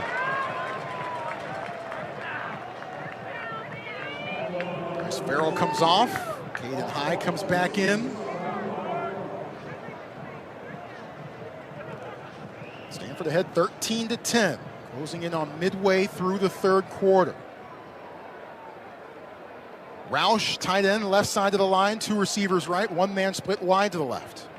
Elijah Brown shotgunning, takes the snap, knee high, throws short left side, it's complete to Roush, scampers, and is undercut at around the 23-yard line. Pickup of 7. And again, a safe throw. That's sort of a delayed out pattern. Roush running to the left side, the near side. And no defender near, just, again, the only task for the quarterback is throw it, lead the receiver, complete the pass, and take your 7 yards. That's something that Tony White, the Florida State DC, is going to have to tighten up, or Stanford will continue to take advantage of it. Officially 8 yards on the gain, 2nd and 2. Stanford its own 24. Cole Tab is the lone step back with Brown under center. He takes the snap, hands off up the middle. Tab met, trying to fall forward, pushes the pile an extra yard or 2 again, and that's enough for a Stanford 1st down up to the Cardinal 27. Well, I mean, how many times have we said pile pusher with Cole Tab? Basically every tackle, it seems, that he's had so far tonight. I mean, that's determination. And again, the physics of it doesn't compute. I mean, Cole Tab is what, 190, 195 maybe? Dudes on that defensive line are 290. Officially 200 pounds for Cole Tab. Okay, officially. Well, I might question that. He's got strong lower body. There's no question about it. 1st and 10, Stanford, its own 27-yard line, ball on the left hash mark. Elijah Brown ready for the snap, sends C.J. Williams in motion. Shotgun snap and a half roll to the right. Stops, throws, misdirection, thrown in front of Sam Roush. Incomplete. That play has worked a couple times that Stanford has run it so far this year. Not necessarily that time, as Roush was well covered by Elijah Herring. That was a delayed crossing route to the near side after Elijah Brown had a half roll to his right, so he's throwing against the grain, and he led Sam Roush too much. Cedric Irvin, the running back, to Elijah Brown's right hip. 2nd and 10, Stanford at its own 27. Cardinal leading 13-10, 6:36 to go in the 3rd quarter. Elijah Brown changing the play. 5 on the play clock. 4, 3. Shotgun snap, turns, handoff, Cedric Irvin, right side out of the pistol. He's hit, and he is met and goes nowhere. Driven back by Darrell Desir, freshman from Miami, Florida. His twin brother, Mandrell Desir, is a fellow defensive line mate. So, Dos Desirs. Yep. Well, you can see Cedric Irvin, he doesn't have the leg drive that Cole Tab does, and he runs a little higher, so when a couple guys, 2 or 3 guys stack him up, he does not continue to move forward. So 3rd and 9 for Elijah Brown here inside his own territory at his own 28. 3 receivers left, 1 to the right, ball on the right hash mark. Florida State showing blitz. They bring 5. Brown sets up, and he lets it go down the far sideline. C.J. Williams goes up, gets it, inbounds. Yes! 1st down, Stanford at the Florida State 43. A work of art by C.J. Williams. And also Elijah Brown, the best throw of his young Stanford career. That's the modern-day combo. They played 1 year together. And C.J. Williams was running up along the far side, the eastern side of the stadium, Troy. Had a defender there, had to go up in the air, catch it. The ball had to be right there. It was, and then get 1 foot down. C.J. did. He continues to make the plays that Stanford needs to move the sticks. 28 yards Ball placed at the Florida State 44. Cole Tabb back in the game in the pistol behind Elijah Brown, who play fakes. Has time, backing up, throws off his back foot, has Sam Roush wide open. He can't catch up with it. It's incomplete. Roush was running a deep corner, but he couldn't catch up with the ball. There is a flag down in the backfield. Probably a hold on Stanford.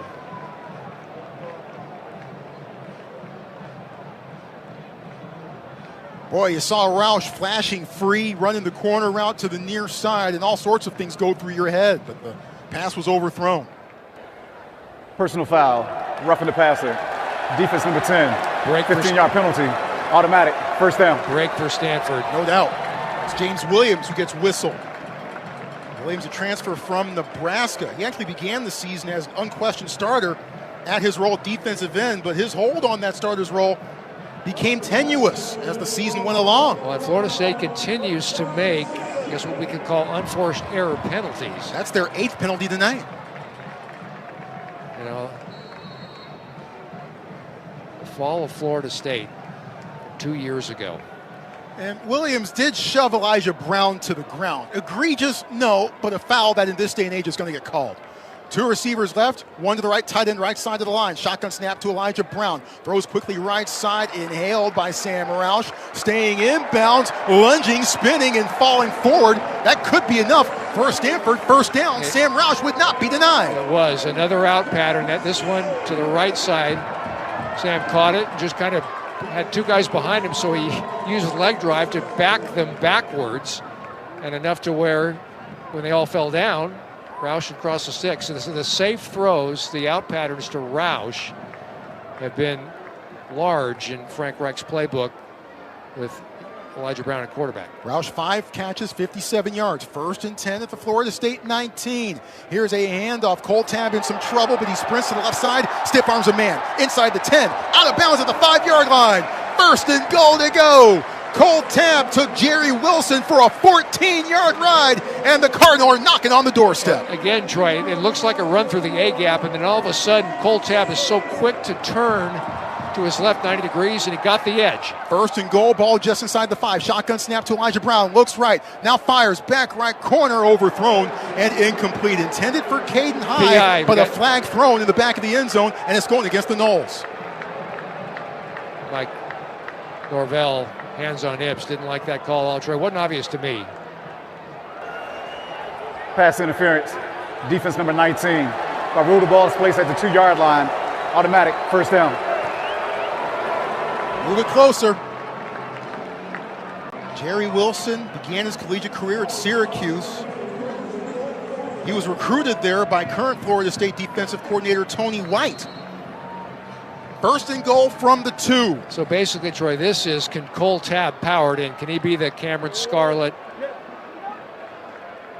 power guy in short yardage? He is the running back. They send Caden High in motion wide to the left. Here's a handoff. Tabb stutter steps, pushes, and I think he got thrown back at the goal line. Elijah Herring, Daniel Lyons both converging to keep Cole Tabb out of the end zone. 2nd and goal, ball right at the 1. Yeah, it was a run toward the left side of the line, and Cole Tabb's no dummy. He knows Sam Roush at 6'5", 260, and a senior can clear space, sort of poor man's George Kittle-like, referring to the 49er tight end. And I think wherever Roush is on that line, you're going to see Tabb try to run behind him. Well, everybody in tight, but Brown shotgunning, takes the snap, hands off. Tabb submarines, he's close to the goal line, and he didn't get in. Stopped a foot short. Ashwin Barker at the top of the pile. A few other white shirts there as well.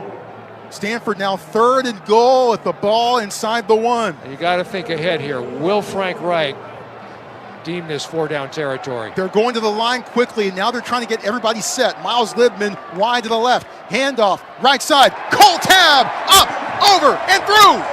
Touchdown, Stanford Cardinal. Cole Tabb finishes the drive, and Stanford is in for 6 more. It's 19-10. Well, and that's a 94-yard drive by Stanford in 13 plays with Elijah Brown at quarterback and Cole Tabb shouldering the load.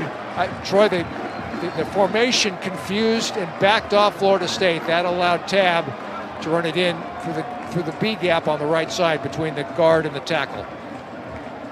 Kenny for the extra point. snap handled by Flintoff. The kick high through the uprights and good. 20-10, Stanford taking the lead and extending its lead after another Stanford touchdown brought to you by Cresco Equipment Rentals, the official equipment rental sponsor of Stanford Athletics. 3:02 to go in the third quarter. Stanford up by 10 on the Noles. You're listening to the Cardinal Sports Network from Learfield. This is Stanford football.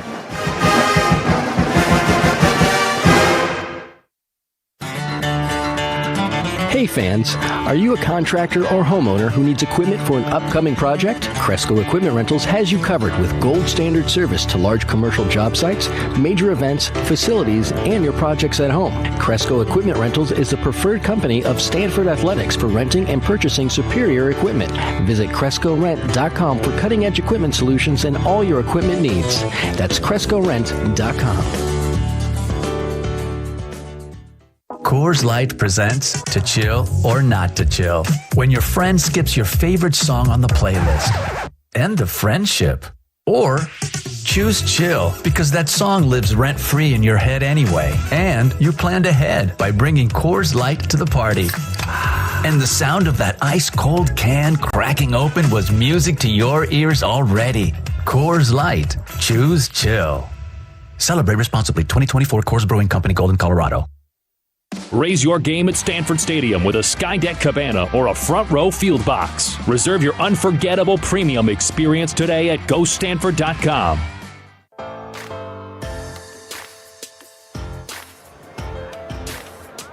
Recover faster with Stanford Medicine Orthopedics. Visit stanfordhealthcare.org/ortho for more information. That's Stanford Healthcare, all one word, .org/ortho. And this reminder, fans, are you planning on attending an upcoming Cardinal Athletics event? If so, stay in style and get a great rate. Check out GoStanford.com and click on the travel button to see the preferred hotels of Stanford Athletics. This week's featured properties include the Nobu Hotel Palo Alto and the Residence Inn Menlo Park. Troy, Stanford's first possession in the first half, 13 plays, 68 yards. Stanford didn't get in. They had to settle for an Emmett Kenny 32-yard field goal. Stanford's first possession of the second half, 13, if I have this right. Check it, it's the second possession for Stanford. They had a 3 and out, but an early possession in the half. Again, 13 plays, this time 94 yards. And it's Elijah Brown and Cole Tabb that are driving the train. Brown 3 of 4 passing on that drive. Stanford taking a 20-10 lead over Florida State. The big completion on that drive on third down, a 28-yarder to C.J. Williams, who soared down the sideline and made the grab over the Seminole defender. We're going to make that our SJC San Jose Mineta International Airport flight of the game. San Jose Mineta International Airport. Fly simple, fly SJC. Back in the defense, you're 18 minutes and 2 seconds away from beating Florida State in your first ever matchup with them and going to 2-2 in the conference. Can you bottle up Castellanos? Can you cover Deuce Robinson? Yeah, the defense. It's on the defense. And without your best corner, Colin Wright, and without your second most experienced corner, and Aaron Morris, who was injured in the SMU game and not playing tonight. It is good to see Aaron Morris on the sideline cheering for his guys, being a part of the game. Kenny sends the kick away, high, relatively short, taken towards the left hash at the 2. Now coming near side, stutter step, spun around. Jalen Lucas trying to keep his feet. He does as he leaks out towards the right side and trudges ahead across the 25 and up to the 28-yard line. Well, that was a bit more entertaining than perhaps it needed to be. But Florida State will start off first and 10 its own 28. Emmett Kenny, who's got a cannon for a leg, mishit that one, Troy. Got under the football a little bit. Rotation was faster than it usually is and returnable, and a healthy return for Florida State to begin this drive. And we're going to have a timeout on the field as we're a little bit behind in our commercial breaks. Micah Pettis, the Florida State right tackle, turned to the official and said, What are you doing? Hey, folks, we got to make our money here so we can keep this all going. So we'll observe the timeout too. 2:52 remaining in the third quarter. Stanford leading Florida State 20-10. You're listening to the Cardinal Sports Network from Learfield. This is Stanford football.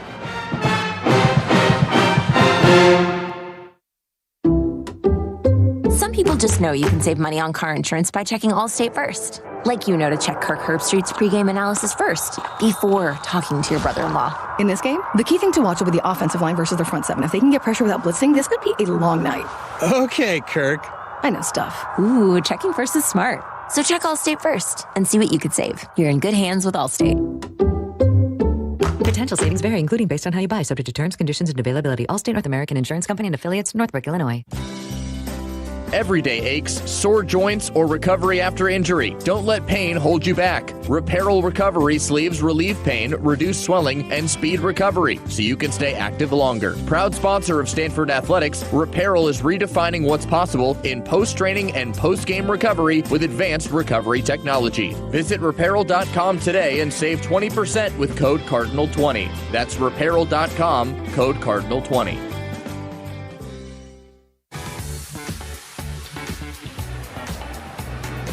And Seminoles is a proud sponsor of Stanford Athletics. Stanford trusts DonJoy knee braces and other Enovis-provided products to keep their athletes protected and ready to play their best. Check out Enovis.com for more information. That's Enovis, ENOVIS.com. And this reminder also, Stanford fans, StubHub is the easiest way to experience every Stanford Cardinal game. Check the virtual view, score your seats, and get tickets delivered instantly. StubHub is the official ticket marketplace of the Stanford Cardinal. StubHub, be there.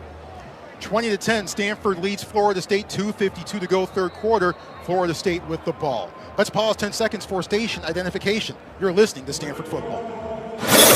KNBR 1050, your home for Stanford football. KTCT San Mateo and KSAN HD3 San Mateo, a Cumulus station. This is only the fourth regular season game that Florida State has ever played in the Pacific time zone. They came out to San Diego State in 1973 and 1977. They played at USC in 1997. Now, including bowl games, this is Florida State's seventh appearance in the Pacific time zone. This is Florida State's second appearance in the Bay Area. They played in the 2006 Emerald Bowl and beat UCLA 44-27. But clearly this is foreign territory for Florida State. Well, a team that averages, in that 40-point-ish stratosphere has just 10 tonight. Yep. We're late third quarter. Florida State flew out here yesterday. They had a stopover for about an hour or so in Dallas on their way here. Got here yesterday afternoon. First and 10, Seminoles, their own 28. Two receivers stacked wide to the left, one wide to the right. Play fake to Sawchuk. Castellanos, time running out, gets away from run. Steps up, now he finally fires left side, has a man open, but it's incomplete. Knocked away too high. Jordan Washington able to converge on the intended receiver on the far side, Squirrel White. Second and 10. It's a throw against the grain. Castellanos in the pocket, flushed out to his right, just standing there for an extra couple of ticks, then throws it from the near hash, basically to a receiver on the opposite numbers, about 12 yards from the line of scrimmage, and Jordan Washington, the Dartmouth transfer, was there to break it up. Tafiti and S.A. Dubre, the two edge rushers for Stanford. Second and 10. Danzy in motion right side of the line. Here's a handoff. Sawchuk, not much. Brought down at the waist. Teverua Tafiti says, nope. Not a TFL. Sawchuk is able to pick up one, but still makes third and 9. They send Sawchuk into the pile a lot. I mean, it's really conservative. Why not more tossing? And there's nothing explosive about it at all. No. But that's their problem. Absolutely it is. Third down and 9. Three receivers left. Stanford showing a backside blitz. Castellanos sees it, perhaps calling an audible. Jay Green backs off a couple steps, tells the secondary the new plan. Stanford's playing quarters coverage. Pittman in motion, wide to the right. Blitz coming, back to throw. Castellanos trying to get out of there. He loses his footing, and down he goes. Scotty Edwards covers him back at the 24-yard line, and it's 3 and out for the Noles. Well, you talked about Jay Green being at the line. So was Scotty Edwards, Troy. Stanford had taken out the backers and had the DBs back there, but they also had a couple of extra DBs, a couple of dime DBs, I guess you'd call it. And they got to Castellanos and got him down. And they are forcing Florida State to do exactly what they do not want offensively. Forcing Castellanos to have to throw the ball. A punt from Chimento, the snap waist high. Chimento hangs this one into the stratosphere. Thorpe backing up and makes the fair catch at around the Stanford 27-yard line. a 39-yard punt. But again, the thing with punting is hang time. What is that? From the moment it strikes your foot to the time it settles in a return man's midsection. I mean, you want it ideally 4.8 or more, 4.8 seconds. And, if you get over 5, that's outstanding. And I did a little punting back in the day, Troy. That one was 5. Yeah. That one was at least 5. So no chance for a return for Stanford. But here we go. Elijah Brown, another chance. Yeah, Cardinal ahead 20-10. They have the ball. 1st and 10, their own 28.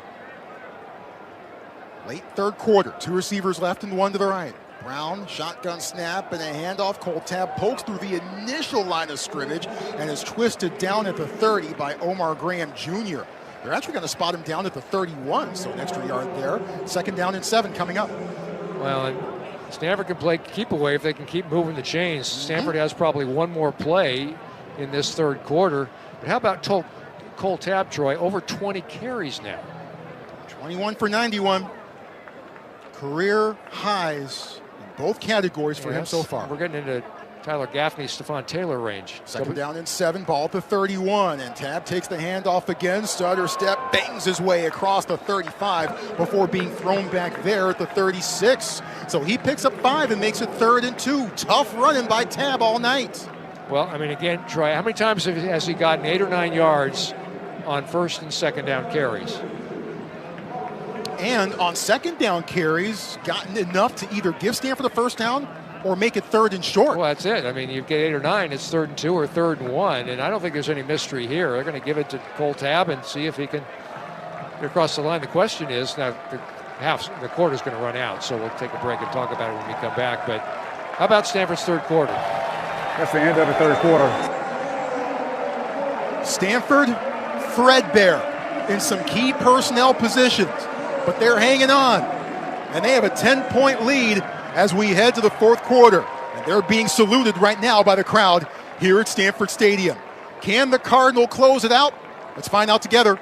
You're listening to the Cardinal Sports Network from Learfield. This is Stanford Football.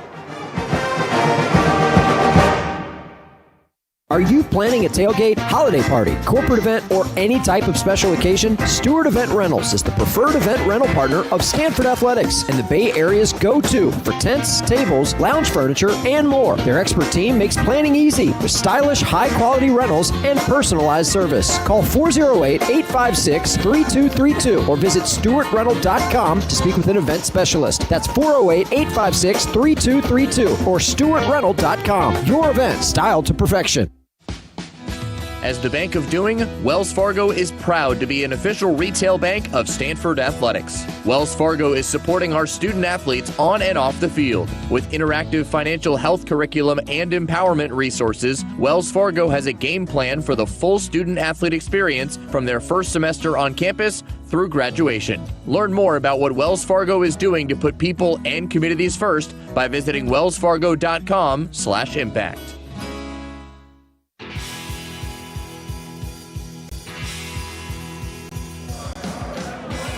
Metropolitan Van and Storage Incorporated has been providing local, national, and international relocation services for residential and commercial clients since the 1940s. Visit metrovancom today for more information.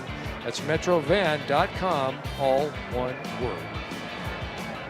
Start of the fourth quarter. Fantastic night at Stanford Stadium. And the Cardinal lead the Florida State Seminoles 20-10. Troy Clarity, John Platts, our fantastic crew here with you from the farm. In case you're just now joining us, we've had a lot of things happen here tonight. The injury report next week in Miami, I have a feeling, is going to be very heavily populated. Bengal Branson not out of the game with a lower body injury late in the second quarter. Colin Wright knocked out of the game with an injury in the second quarter. Micah Ford left the game at running back early in the second quarter. He has not been seen since. Emeka Ugorji, the true freshman right guard, he also left the sideline area on a cart. But the guys who have been in there have really held their own for the most part to this point. How about Cole Tab? 22 carries, a net of 96 yards, and more to come, most likely, particularly maybe right here on this next scrimmage play out of the third quarter break. Bengal Branson went down with injury. He was 6 for 13 for 90 yards. with 1 touchdown. Elijah Brown so far, Troy, 5 of 7 for 65 yards, Yeah. along of 28. That sideline beauty to C.J. Williams. Sam Roush, the leading receiver, with 5 receptions for 57 yards. Sawchuk for Florida State, 17 carries for 64 yards. Castellanos, pedestrian, Troy, 9 of 19 for 143 yards. Stanford facing 3rd and 2 from its own 36-yard line. Cardinal now moving from left to right across your radio dial, if you still have one. Of note, Stanford on 3rd and short. That's 4 or fewer. 3 for 6 so far tonight. Brown under center. Receivers split tight to each side. Tight ends on each side of the line. Cole Tabb, the lone setback. We're still waiting for TV. Now it is ready. Elijah Brown going under center. 3rd down and 2. Stanford its own 36. Cardinal ahead by 10. First play of the 4th quarter. No mystery here. I don't think you throw it. Tabb is a lone setback. Sam Roush goes in motion. 2 tight ends on the right side of the line. Florida State might not be set defensively. Here's a handoff right side. Cole Tabb hit at the line of scrimmage. Falls forward, and he might have just enough. Nope, the near side official is coming in at about the 37.5-yard line, and Tabb might be about a half-yard short. Or I'm thinking like 6 to 10 inches. I mean, it's not even a half yard. Stanford staying on the field, and they're back to the line quickly. This is 4th down and a short 1. Elijah Brown ready for the shotgun snap. Stanford going for it. Hard count. Florida State flinched, but they stay onside. And now Brown goes up to the line, calls a new play. 7, 6 on the play clock, and Florida State moved. They made contact on the left guard. Elijah Brown hard counted him. And it's Daniel Lyons who comes across and gives Florida State a crucial penalty, and Stanford a fresh set of downs. Well, how about that? Your backup quarterback now again. They team Offside. Defense number 5 with contact. That 5-yard penalty results in a first down. 10th penalty of the night for Florida State.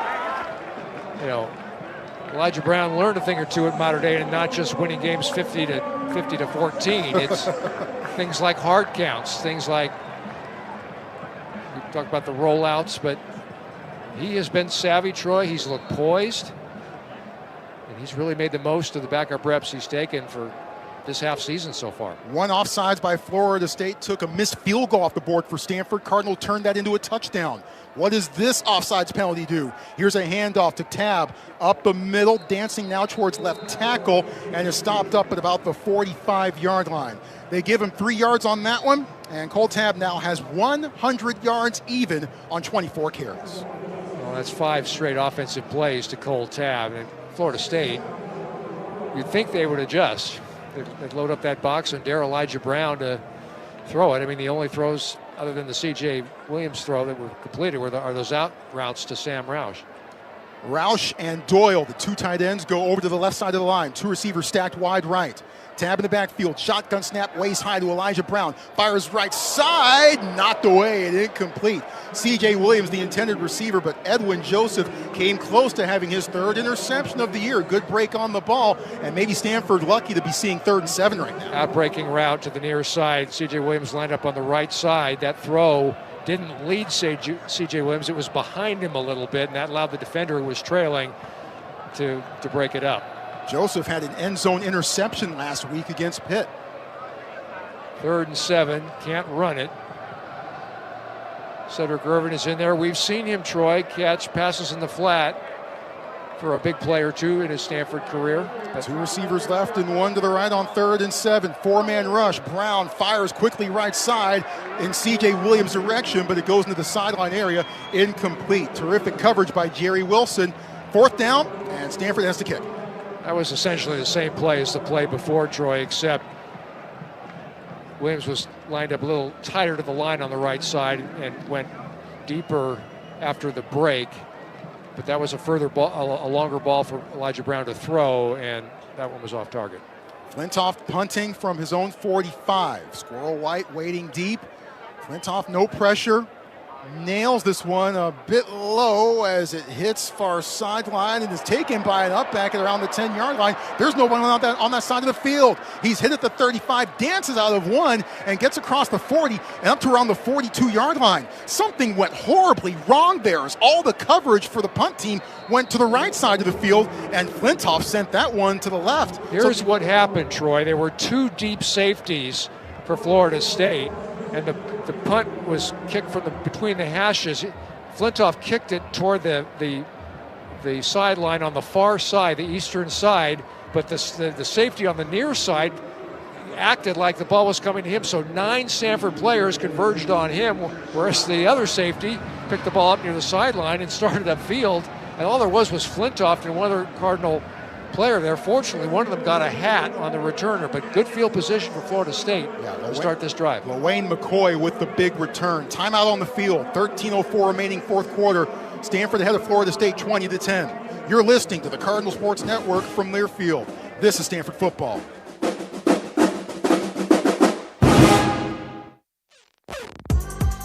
The wait is finally over. Caltrain's all-new electric fleet has arrived, now with more frequent service and a first-class onboard experience for everyone. You'll arrive at your destination faster and more comfortably than ever. Get from San Jose to San Francisco in just an hour while taking advantage of blazing fast Wi-Fi and charging plugs in every seat. Why sit in traffic? Choose a better way to travel. Go faster, go Caltrain. Score big with Stanford Athletics' official credit union partner. Stanford Federal Credit Union is crushing the competition with unbeatable cash rewards, great rates, and extra perks that go the distance. Take the win with free checking, free ATMs, and 5% cash back with the exclusive Stanford Athletics Fan Rewards credit card. Join the winning team. Visit sfcu.org today. Stanford kicks off November with a showdown against the Pitt Panthers. See you at Stanford Stadium on the 1st. Tickets.gostanford.com.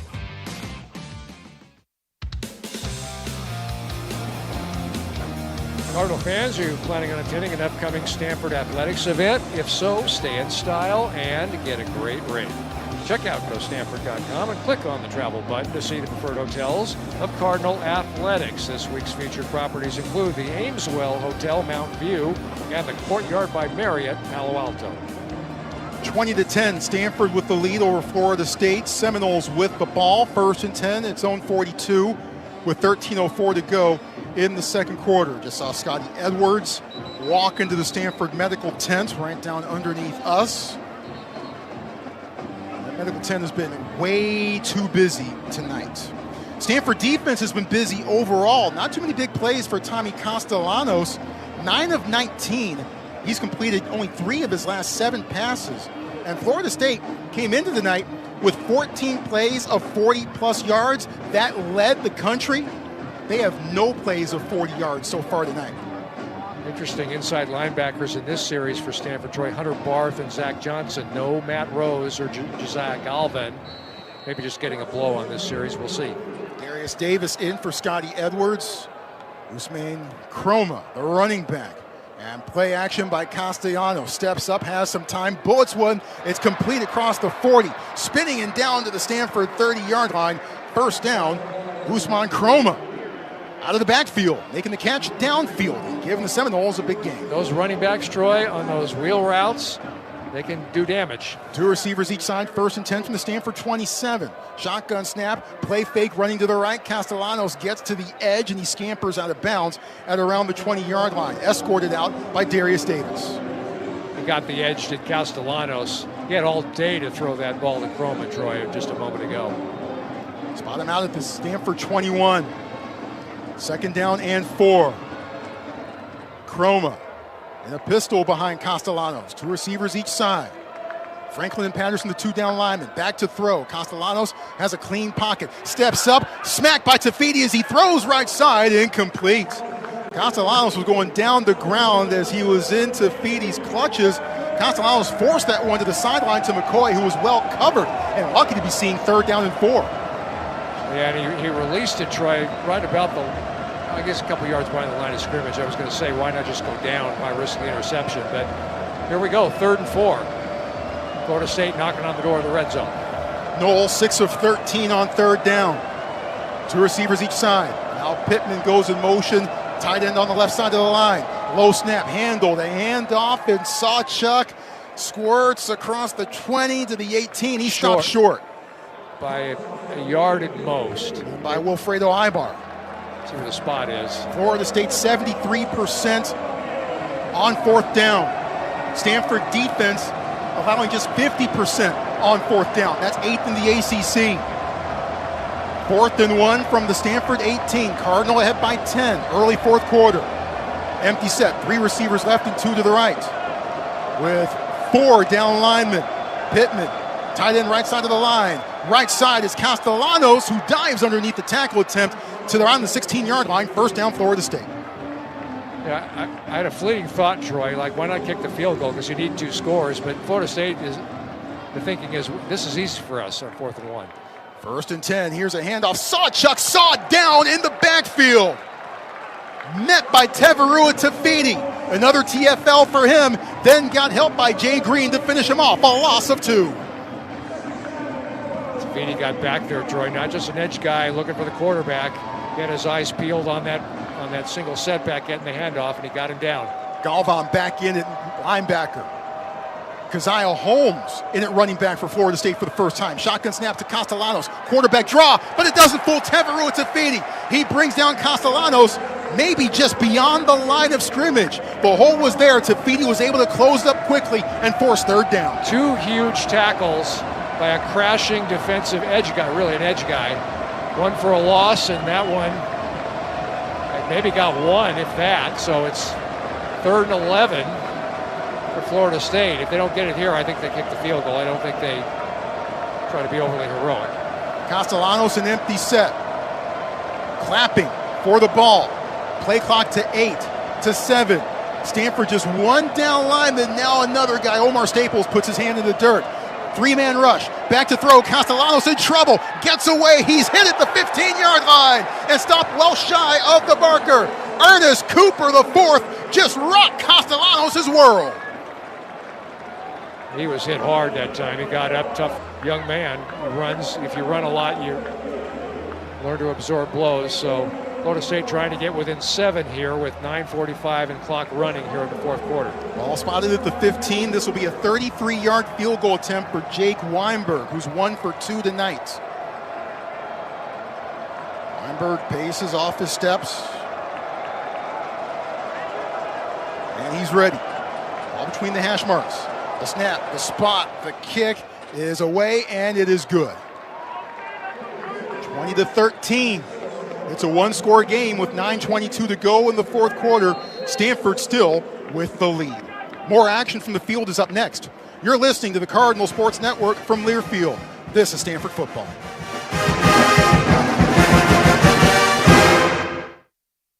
Bay Area fans, when it comes to flavor, Silva sausage is your go-to game day tradition. Since 1967, Silva has proudly made batch-crafted sausages right here in the Bay Area. With our commitment to quality, every bite delivers rich, bold flavor. From the legendary Portuguese linguiça to the spicy kick of jalapeno pepper jack, you can always count on Silva sausage to bring the heat to your tailgate or your table. Silva sausage, tradition is our recipe. Look for us at your local grocery store today. Hey Cardinal fans, you know all that love you feel for your team? Wells Fargo wants you to know that we feel it too. We are proud to be the official retail bank of Stanford Athletics. So on game day and every other day, your team is our team. And like you, we can't contain our pride. Go Cardinal! Copyright 2025, Wells Fargo Bank, N.A., member FDIC.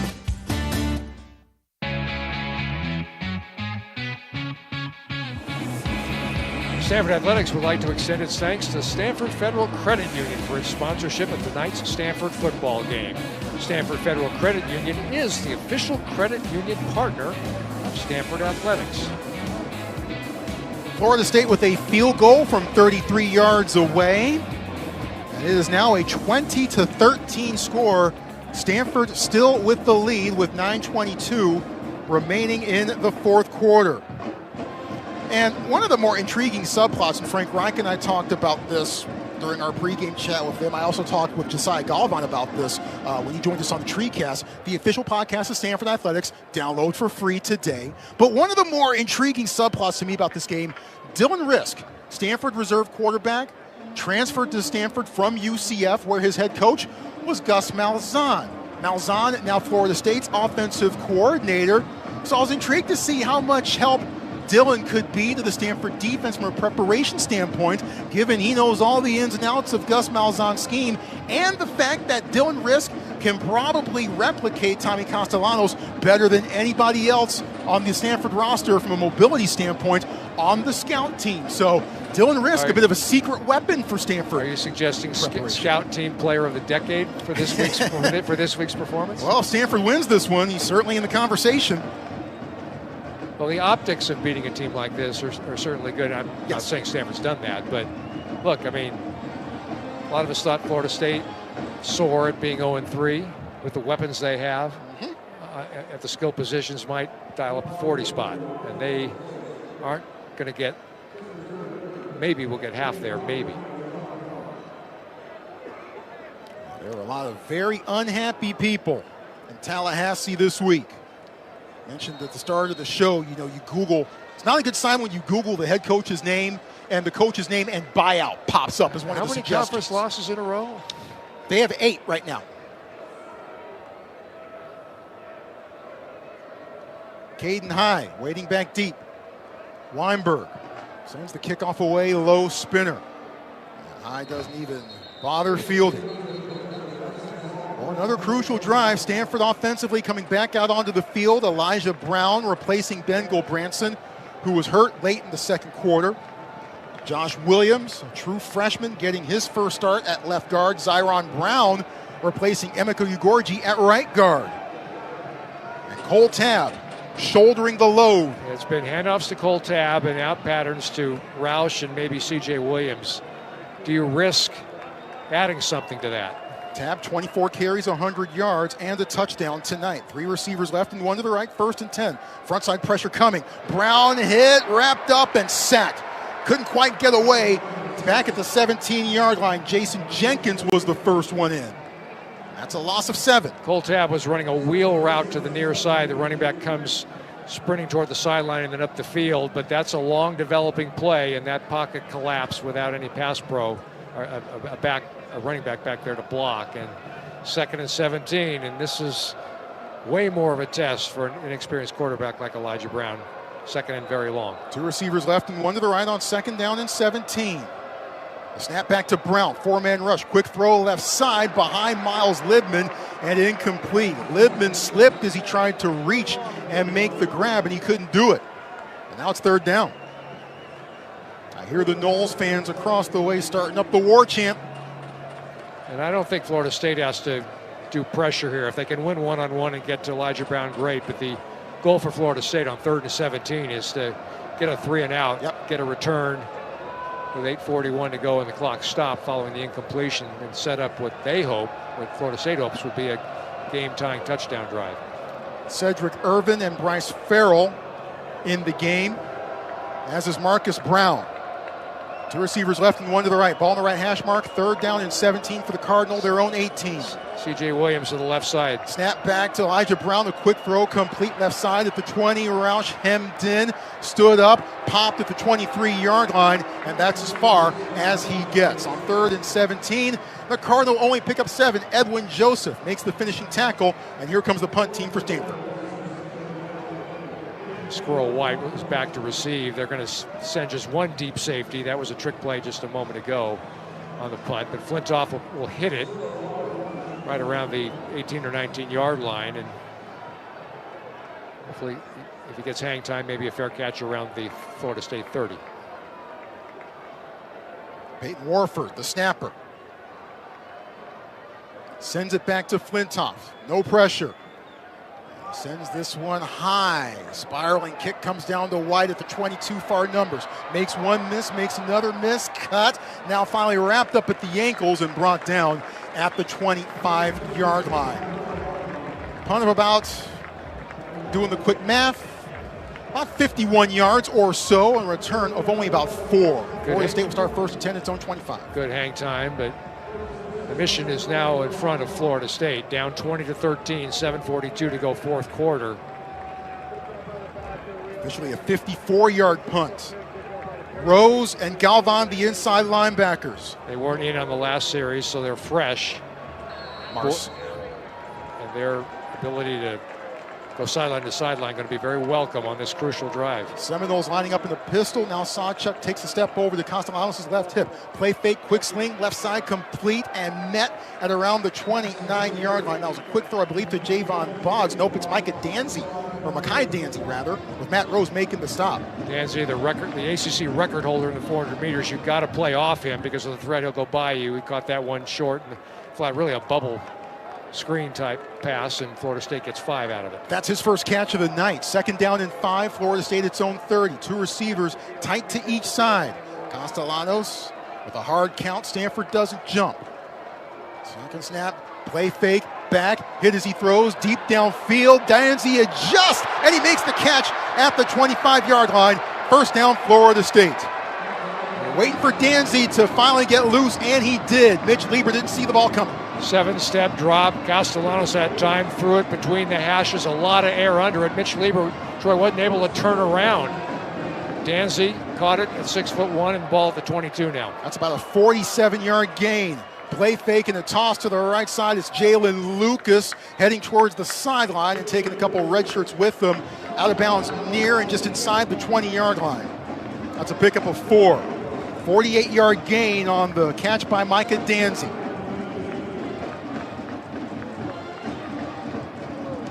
Not seen Scotty Edwards on the field since we saw him go into the medical tent. He is on the sideline, helmet on, but not in the game right now. Stack set, Troy, to the near side. 2nd down and 7. Snap to Castellanos, and it's a handoff. Sawchuk hesitates and is brought down from behind by Marceau Olainka at the 14.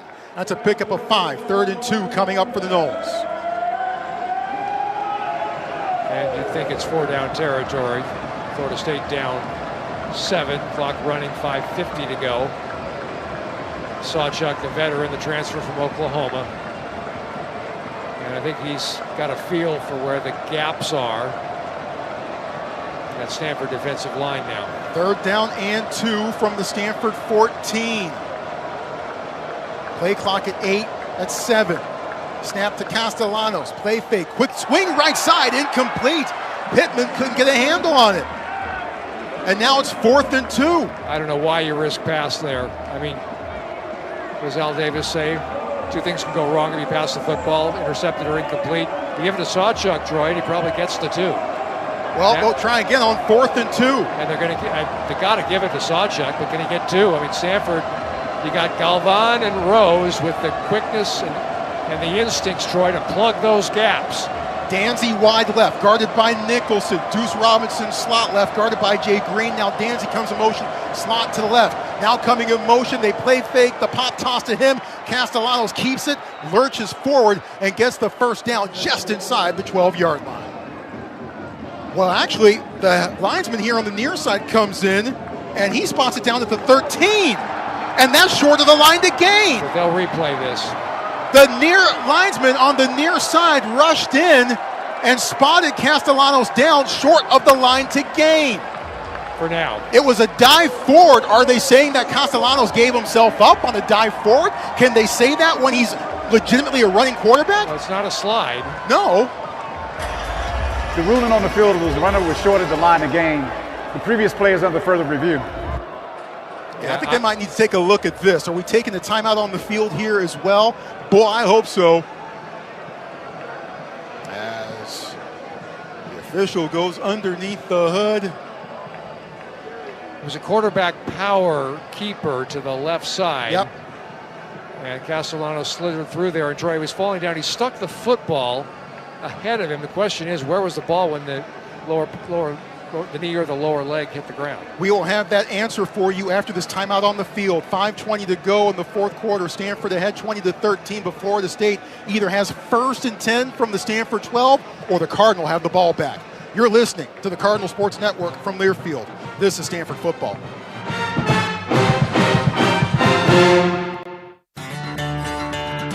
Hey fans, are you a contractor or homeowner who needs equipment for an upcoming project? Cresco Equipment Rentals has you covered with gold standard service to large commercial job sites, major events, facilities, and your projects at home. Cresco Equipment Rentals is the preferred company of Stanford Athletics for renting and purchasing superior equipment. Visit CrescoRent.com for cutting-edge equipment solutions and all your equipment needs.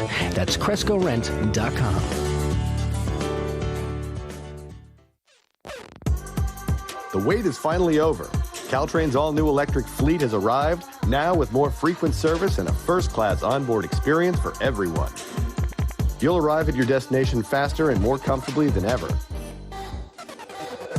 Get from San Jose to San Francisco in just an hour while taking advantage of blazing fast Wi-Fi and charging plugs in every seat. Why sit in traffic? Choose a better way to travel. Go faster, go Caltrain. Plug into the TreeCast, the official podcast of Stanford Athletics. New episodes every week. Download for free today on the Go Stanford app or Apple Podcasts. 20-13, Stanford leads Florida State with 5:20 to go in the game. And Darryl DeBerry making the announcement while we were away. The call on the field that Castellanos was short of the line to gain upheld. So Stanford has the ball now, 1st and 10 at its own 13-yard line. 5:20 to go, Troy. 3 timeouts available for both teams. Elijah Brown, again, Stanford backup quarterback, has been in there since Ben Gulbranson was hurt late in the second quarter. And I think you just hand the ball off here. Florida State's probably aware now of the limited number of throws that Elijah Brown is being asked to throw, and there's a risk of a route being jumped on those short out patterns. So I think this is going to be 3 handoffs and see if Stanford can move the chains and make Florida State have to burn some timeouts. Well, by the way, I'm trying to get confirmation here. I think they might have ruled that Castellanos' knee may have hit before he fully reached the ball across the plane of the line to gain. That's my suspicion, that his knee hit short. So 1st and 10, Stanford, its own 13. Tab in the backfield. 2 receivers right and 1 to the left. Elijah Brown in the shotgun. And it's a play fake, and Brown keeps himself and is able to dive across the 15 and up to the 16-yard line. I'm not sure if that was a design slow mesh play or whether it was just busted up. Either way, Stanford gains 3 yards and is able to run clock. I think Elijah Brown pulled it in, Troy. I think he did. And credit Cole Tabb. He either fell down in a fake style or he really did slip, and Elijah Brown pulled it out and said, I'll run it the other way, and he got 3.5, 4. 1 man split wide to the left, 3 receivers bunched tight to the right. And it's a toss to Tabb, right side, strung out, trying to get free. He does, and takes the Seminole with them across the line of scrimmage and up to the 18-yard line as Blake Nicholson makes the stop and forces 3rd down and about 5. Clock moving, 4:24 to go. So pretty big play here, clock running. No timeouts used yet by Florida State. 3rd and 5. Does Frank Reich opt to throw the football or give Elijah Brown the option to throw the football with a RPO? Stanford 6 of 15 on 3rd down. They've missed their last 3. 3 receivers left and 1 to the right. Irvin, the sole setback, probably to block. 3rd down and 5. 4-man front. They bring 5 back. Brown throws left side too low and incomplete. Kicked away by Edwin Joseph as that pass was intended on the quick slant to Marcus Brown. That stops the clock with 3:52 to go. Yeah, Brown was lined up on the left side and just ran a slant. Elijah Brown, I think, didn't throw it as early as he wanted to, waited for Marcus Brown to be freed up a little bit, and it just the defender was able to recover and bust it up. So 3:52 to go in a punt situation for Flintoff. You can't shank it. Suddenly, Elijah Brown, after completing 5 of his first 7, has completed just 1 of his last 5. The snap back to Flintoff. Boots it away. Short. Spinning kick comes down to White. Fair catch as it at the Florida State 40-yard line with 3:44 remaining in the game, and Stanford with a 20-13 lead, and the Cardinal defense coming back out for one more round. They actually spot the ball back at the Florida State 38.5. So a 43-yard punt for Flintoff. And Troy, the last series was another example of Stanford allowing a team into the red zone and not only not allowing a touchdown, but not a score. Yeah. It's been the saving grace for Stanford defensively. Castellanos, the quarterback, such a veteran. 2 receivers each side on 1st and 10. 4-man front, 4-man rush. Castellanos throws quickly, complete. Deuce Robinson goes down to ground to make the catch at the 42-yard line. The danger of a low throw in college, the receiver might go to a knee to try and secure it, and that means the play is dead there. He can't run. Very modest gain of 3 yards on that pass play. 2nd down and 7. 3 receivers right, 1 to the left. Ball on the left hash mark. Clock moving, 3:18 to go. Shotgun snap, play action. Castellanos settles in. Now he shoots it deep down the middle of the field. Overshoots Micah Danzy. It's incomplete. And Danzy had a step on the coverage of Jay Green. Mekhi Danzy on the post. Stanford lucky to face 3rd and 7 right now. Line up on the right side. Not enough air into that throw, Troy. It was kind of a line drive throw about 40 yards in the air. So, but pressure from Zach Bucky, forcing perhaps the inaccurate throw. 3rd and 7. How does Stanford play it defensively? How much heat are they going to bring?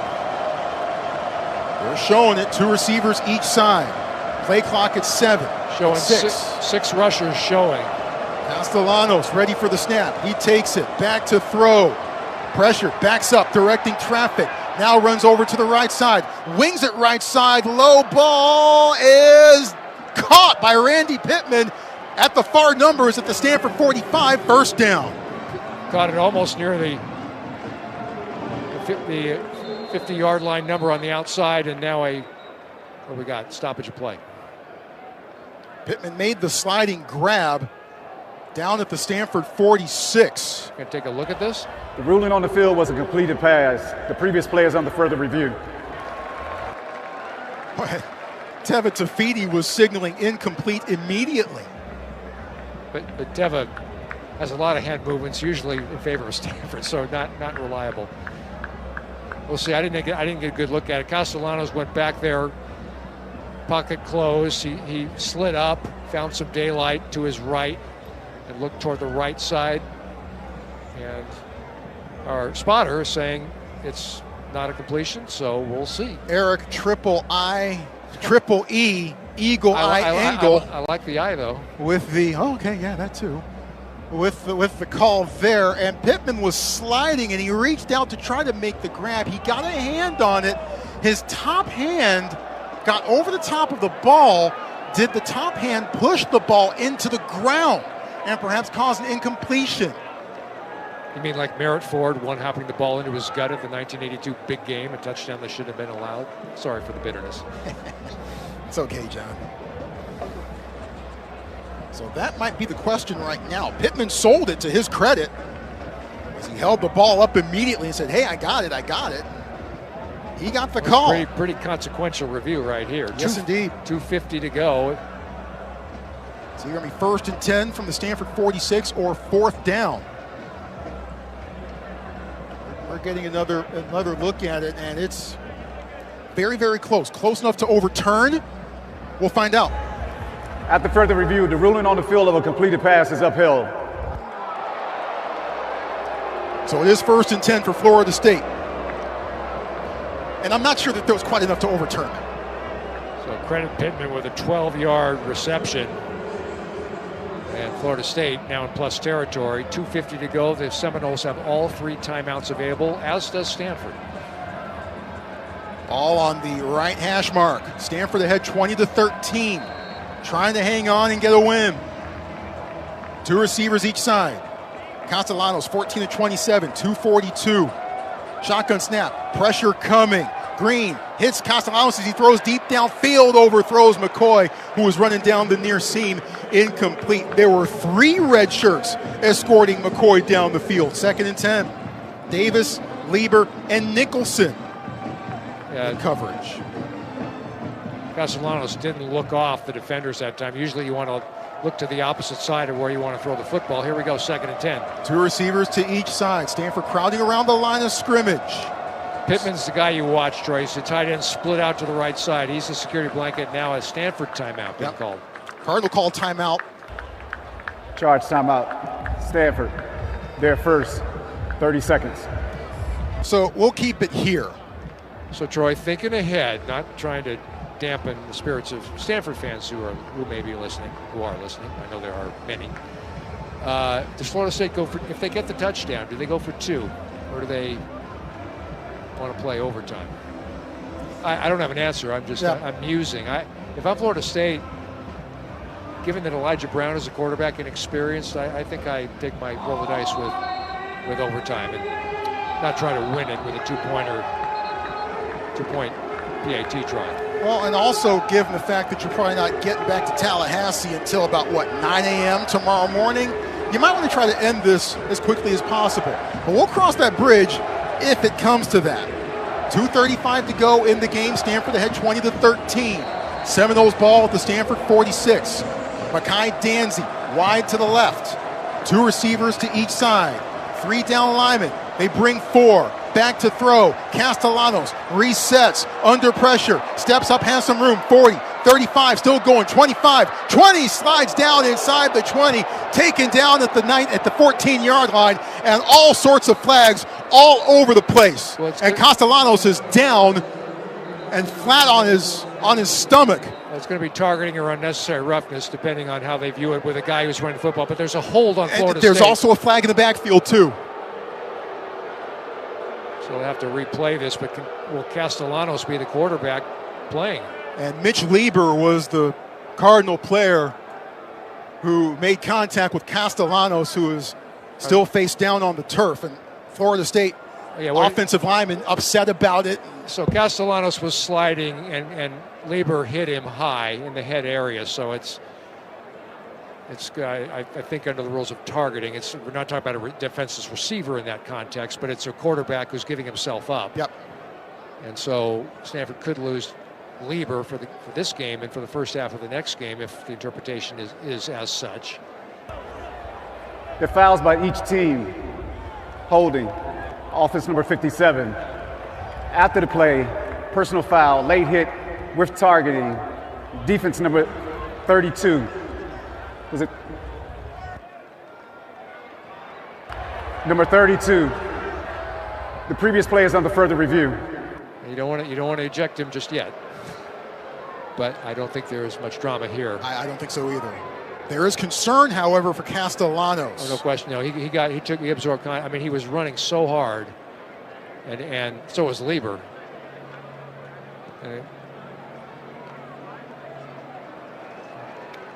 Castellanos is up and on his feet. But you're going to have to do the test with him. So it's going to be one of the 2 backups, either Brock Glenn or Kevin Sperry, the 2 backup quarterbacks for Florida State. We're going to have to bring this one home for the Seminoles if it's to be done. Glenn came in, played a snap against Pitt late in the second quarter last week. Sperry is a true freshman who has thrown more passes than Glenn so far this season. Right now, we're trying to figure out, and I honestly don't think there's much question which way this call is going to go. It's going to, in all likelihood, go against Mitch Lieber, who dealt the vicious blow on Castellanos after Castellanos had given himself up. And look, again, it's a split-second decision you have to make. It places the defender in a very difficult position. But in this day and age, with that play unfolding the way that it did, it's going to get called 101 times out of 100. Yeah, I mean, it's a 7-point game. Castellanos is running toward the goal line. You're the safety man. It's your job to get him down, and you're not thinking rules when you're running at top speed and you're trying to bring down a very, very fast man in Thomas Castellanos. But for Florida State, I mean, all of a sudden your offense takes a hit, right?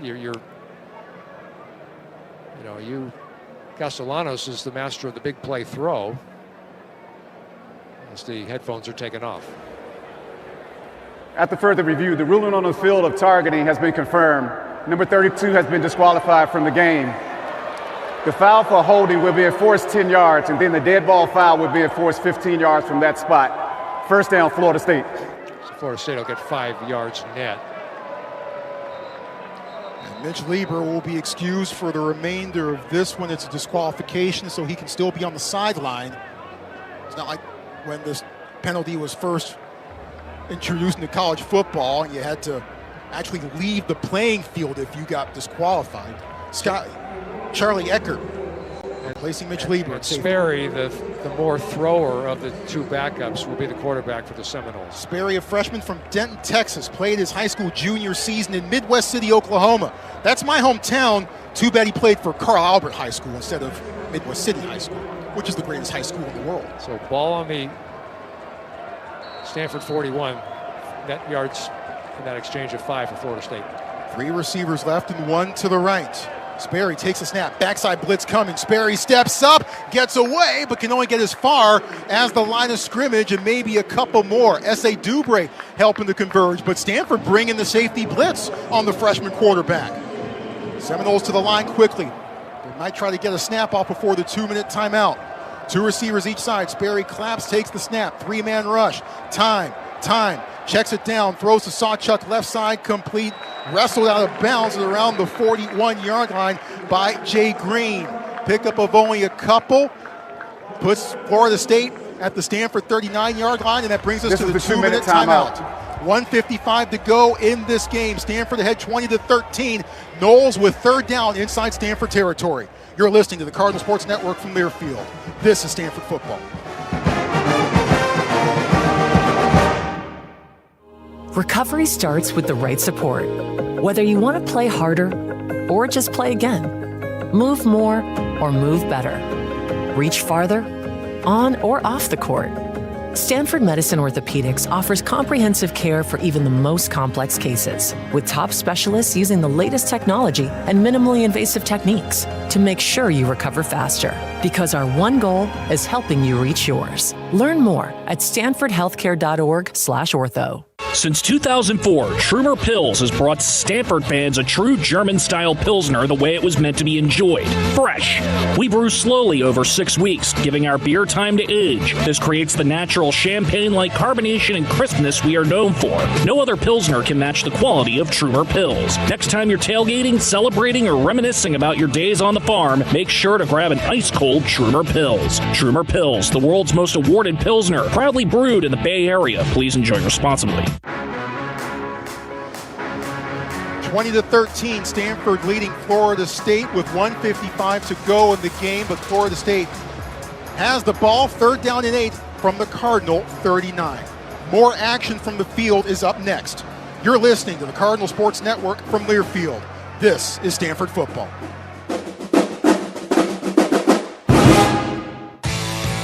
Metropolitan Van and Storage Incorporated has been providing local, national, and international relocation services for residential and commercial clients throughout Northern California since the 1940s. The company takes a full-service approach to moving, offering everything from packing and crating to modular furniture installations. It also provides long-term and in-transit storage at 3 convenient locations in Benicia, Sacramento, and Mountain View. Visit metrovan.com today.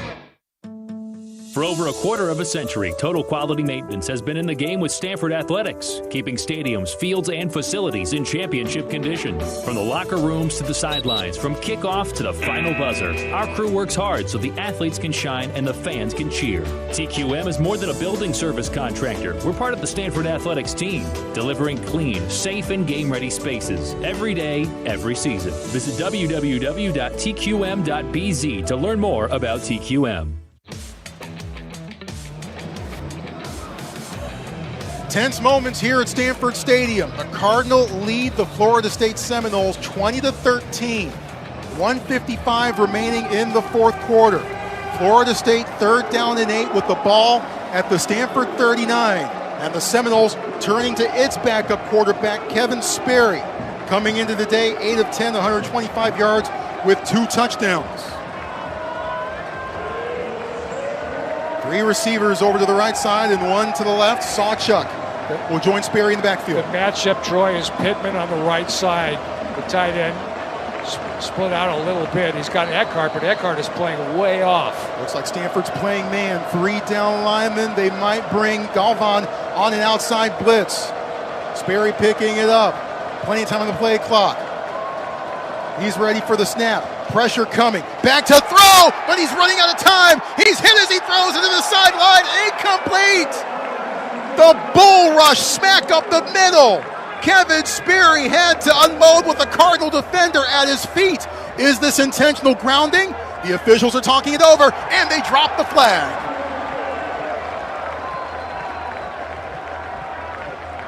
Boy, Clay Patterson just ate the Florida State center's lunch. Offense. The penalties are lost it down at the spot of the foul. 4th down. So, not only do you lose yardage if you're Florida State, more importantly, you lose the down. So now it's 4th down and super long. Well, and if I'm Florida State, I think about punting. We got all 3 timeouts, 1:49 to go. But they're going to go for it with a backup quarterback on 4th and 19? Okay.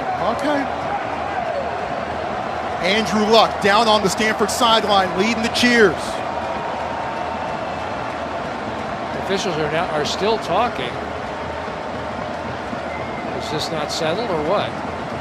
As of right now, it's 4th and 19, ball right at the 50.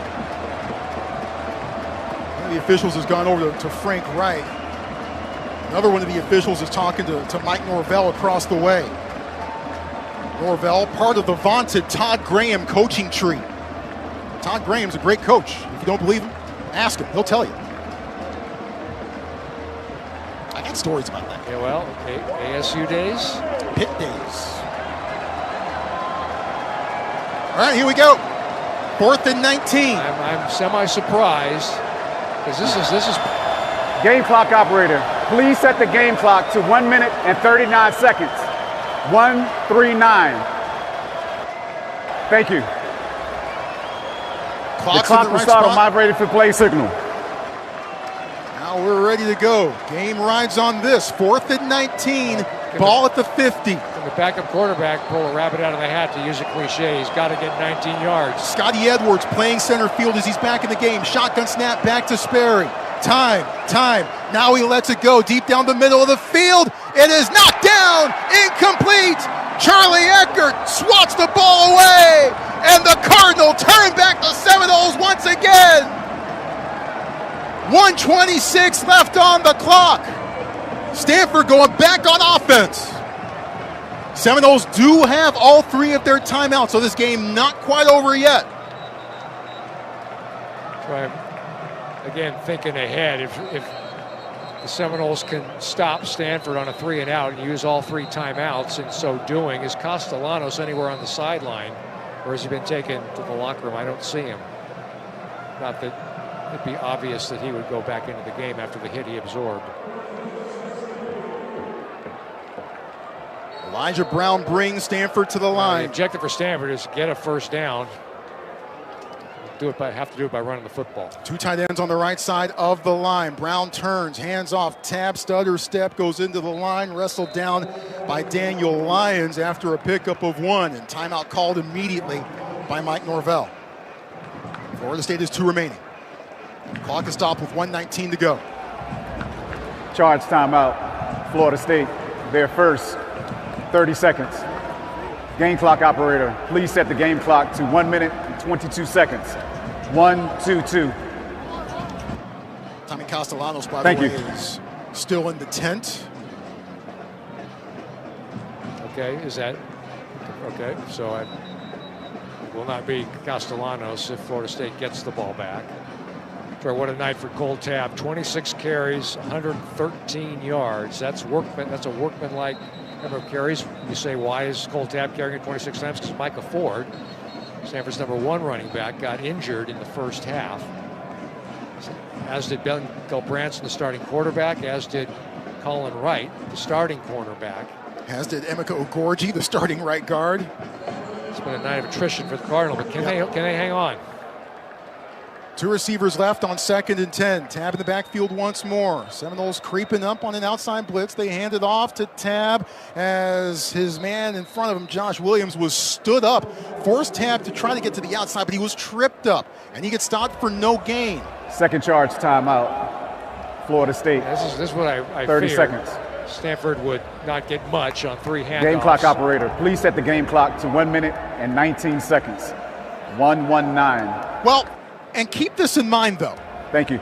Oh, sure, no problem. I haven't said what I'm going to say yet, but keep this in mind, though. Even if Stanford does not get any yardage here, ball's going to be at the 50. They'll be punting from the 50. So the Seminoles will have, in all likelihood, hopefully, if you play this right, rotten field position to try to get a touchdown. I don't give him a chance to return it. I tell Aiden Flintoff to directionally punt it out of bounds, or if you think you can kick it through the end zone, do that. Ball's at midfield, so on a 3rd and 10, I would be shocked if Stanford were to attempt to throw this football. Teams back out onto the field. 3rd down and 10, ball at the 50. Split receivers. Tab, the lone setback. Elijah Brown under center. They bring C.J. Williams tighter to the formation right side. Turn, handoff, Tab, right side has a little bit of room, hangs on to the ball as he dives across the 45 to the 44-yard line. A pickup of 6 after Ashlyn Barker makes the tackle. 3rd and final charge timeout of the half. Florida State. 30 seconds. That stops the clock with 1:13 to go. While we have a moment, let us pause 10 seconds for station identification.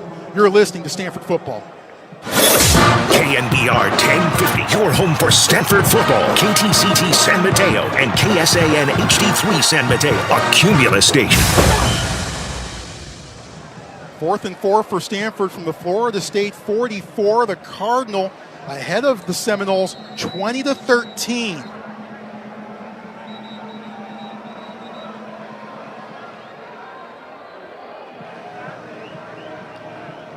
Reich and the Stanford Offensive Brain Trust sending the offense back out there.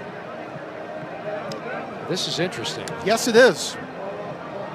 Yeah, they're going to try the hard count thing again. Hey, they've gone off sides twice already tonight as Brown is under center. Hard count. Brown pops up. And Florida State smells this one out. I hope so, for their sake anyway. As Brown still under center, another hard count. Nobody jumps. And C.J. Williams in motion. Now they keep him going over to the left side of the line.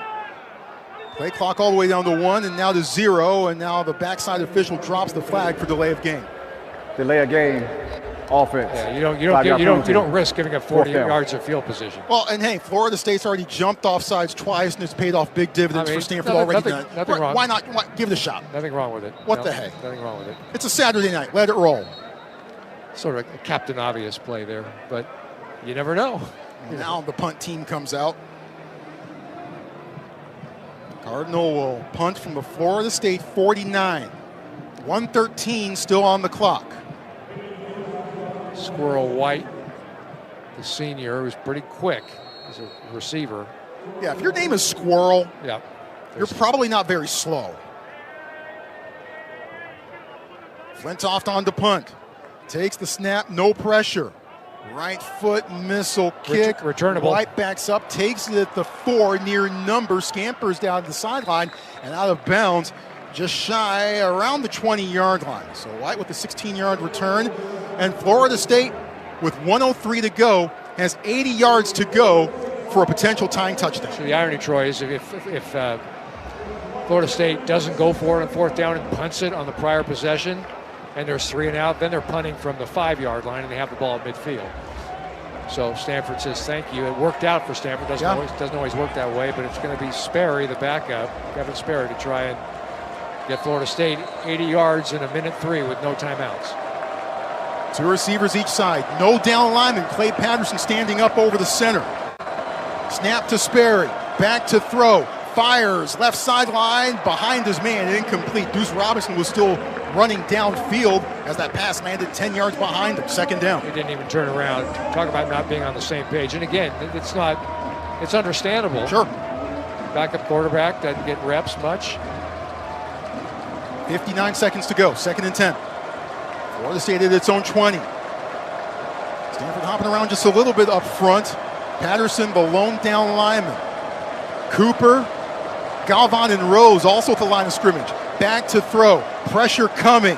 Cooper pushing his man back into Sperry's lap, but Sperry steps up, veers now towards the near sideline 25, darts out of bounds at the 35-yard line, picks up 15, stops the clock with 49 seconds left, first down. The smart thing Sperry did there is he knew he had to get out of bounds, and he did. Stepped up in the pocket, ran between the hashes, and then made a beeline toward the sideline and was able to get out of bounds. S.A. Dubre comes in, replacing Ernest Cooper. First and 10, Seminoles at their own 35. 49 seconds to go. 5 coming for Stanford. Pittman goes in motion, trips to the right side. 3-man rush, back to throw. Sperry steps up, has room as he rolls over to the right side, throws. It's complete and out of bounds at the midfield stripe. 15 more yards as LaWayne McCoy makes the grab. You're right. Stanford had 5 lined up showing pressure, 2 dropped back, but that throw was to the sideline. The receiver was kind of a check down guy, and credit Sperry with finding him with accuracy. 41 seconds left. Ball at the midfield stripe, and do we have movement on Florida State? On right tackle, Micah Pettis. Offense number 57, 5-yard penalty. First down. 13 penalties tonight for Florida State.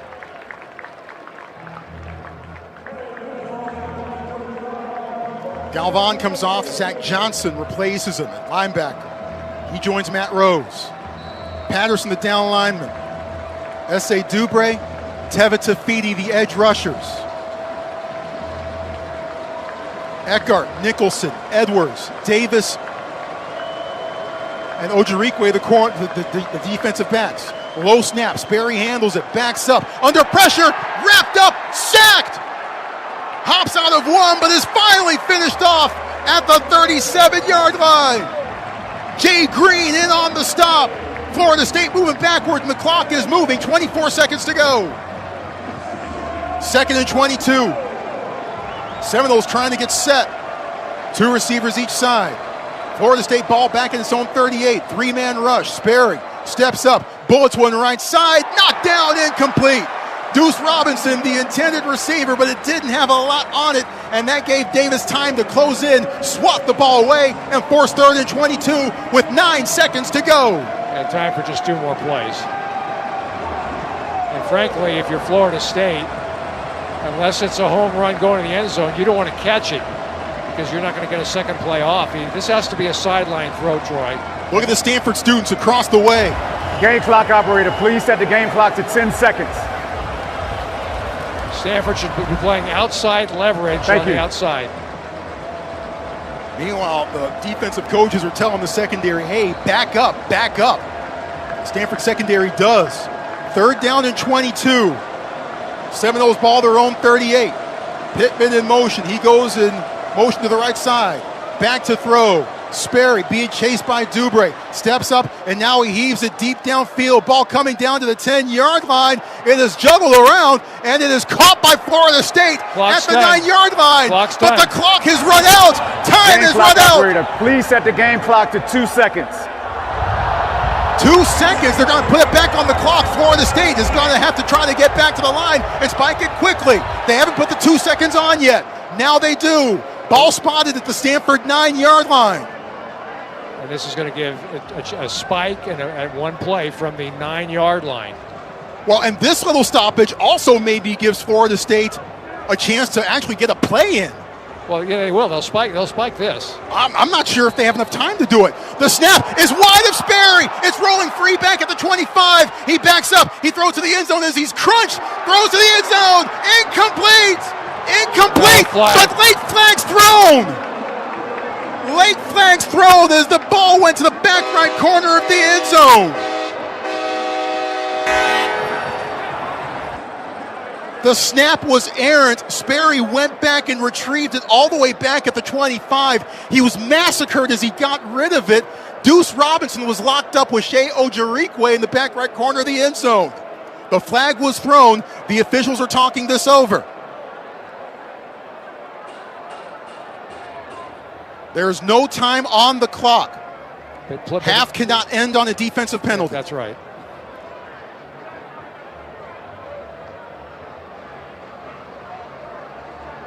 They need a police escort if they pick up this flag vis-a-vis Florida State. Pass interference. Defense number 22. The foul took place in the end zone. By rule, the ball is placed at the 2-yard line. Automatic first down, Florida State. Okay, this is the Oklahoma drill now, Troy. Mano a mano. I don't think you're going to see a throw There here. would be one untimed down. Boils down to this. No time on the clock. Stanford ahead 20-13. And they're going to go empty. I'm surprised. Florida State doesn't think they can run it in from 2. Wow. Watch for Deuce Robinson. Looks like he's going to be matched up on Brandon Nicholson wide to the left. This is strange.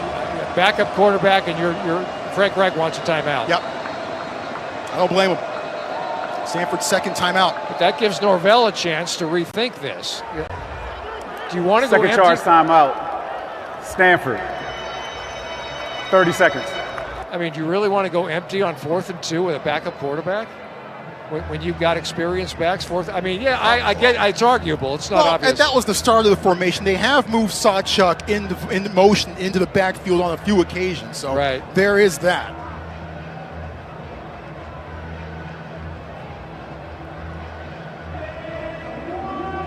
What a game, what a finish. And there's one play to go. An untimed down. 1st and goal, ball at the Stanford 2. Everybody up at Stanford Stadium. Galvan and Rose, the inside linebackers. Yeah, Sawchuk, they split, Troy, but I'm with you. They might bring him back. Same formation as before. Sawchuk wide to the right, 3 receivers to the left. Kevin Sperry, the quarterback, in the shotgun. Comes down to this. They bring Sawchuk in motion to the backfield. The snap, the roll to the left, the shovel pass, lunging forward to the goal line. He's close. Are they going to rule him in? The near side official says he's short. The near side official says he's short. The game is not over. The ruling on the field is the ball carrier is short at the goal line. The previous play is under further review. Yeah, they're going to take another look at this, and the question here, as it was on Castellanos' 4th down try, was where was Sawchuk's knee when he reached out for the ball? It was a shovel pass to the running back who was lined up beside the quarterback in the pistol formation. I don't think he got in, but we haven't seen the replay yet. Norvell is hands on hips talking to the officials. Pretty significant review here. Yeah, and Matt Rose closing quickly. Josiah Galvan right there too. And boy, is this close. You see, the white line is thick, and if you just get the nose, a 1/4 inch of the football on a part of the chalk, you're in. We're getting a look down the goal line now. A little bit tough to tell because there are some bodies in the way of that camera. But Sawchuk lunging forward, met by Rose, ran into Galvan 2. Entire game hinges on this call. ACC After Dark in full effect. Wow. I look at a replay, I can't tell. I mean, that would suggest that they can't overturn it. Because the call on the field was that he didn't get in. Yep. Yeah, the near side official ran in immediately and signaled that Sawchuk was short of the goal line.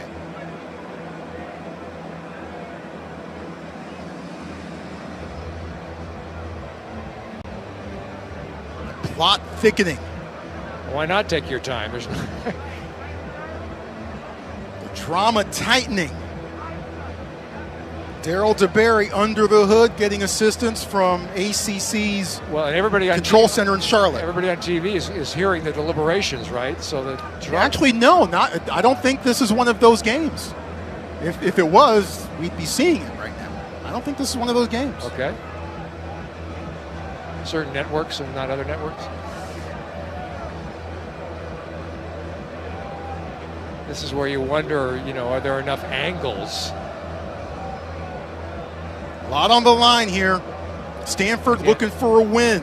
But again, to go to 3-0 at home. If it's taken this long, it's close enough that you probably don't change it, right? Because you need if it's clear and convincing, or whatever the standard for overturn is. Stanford ahead 20-13. A defensive penalty with no time on the clock made it 1st and goal from the 2.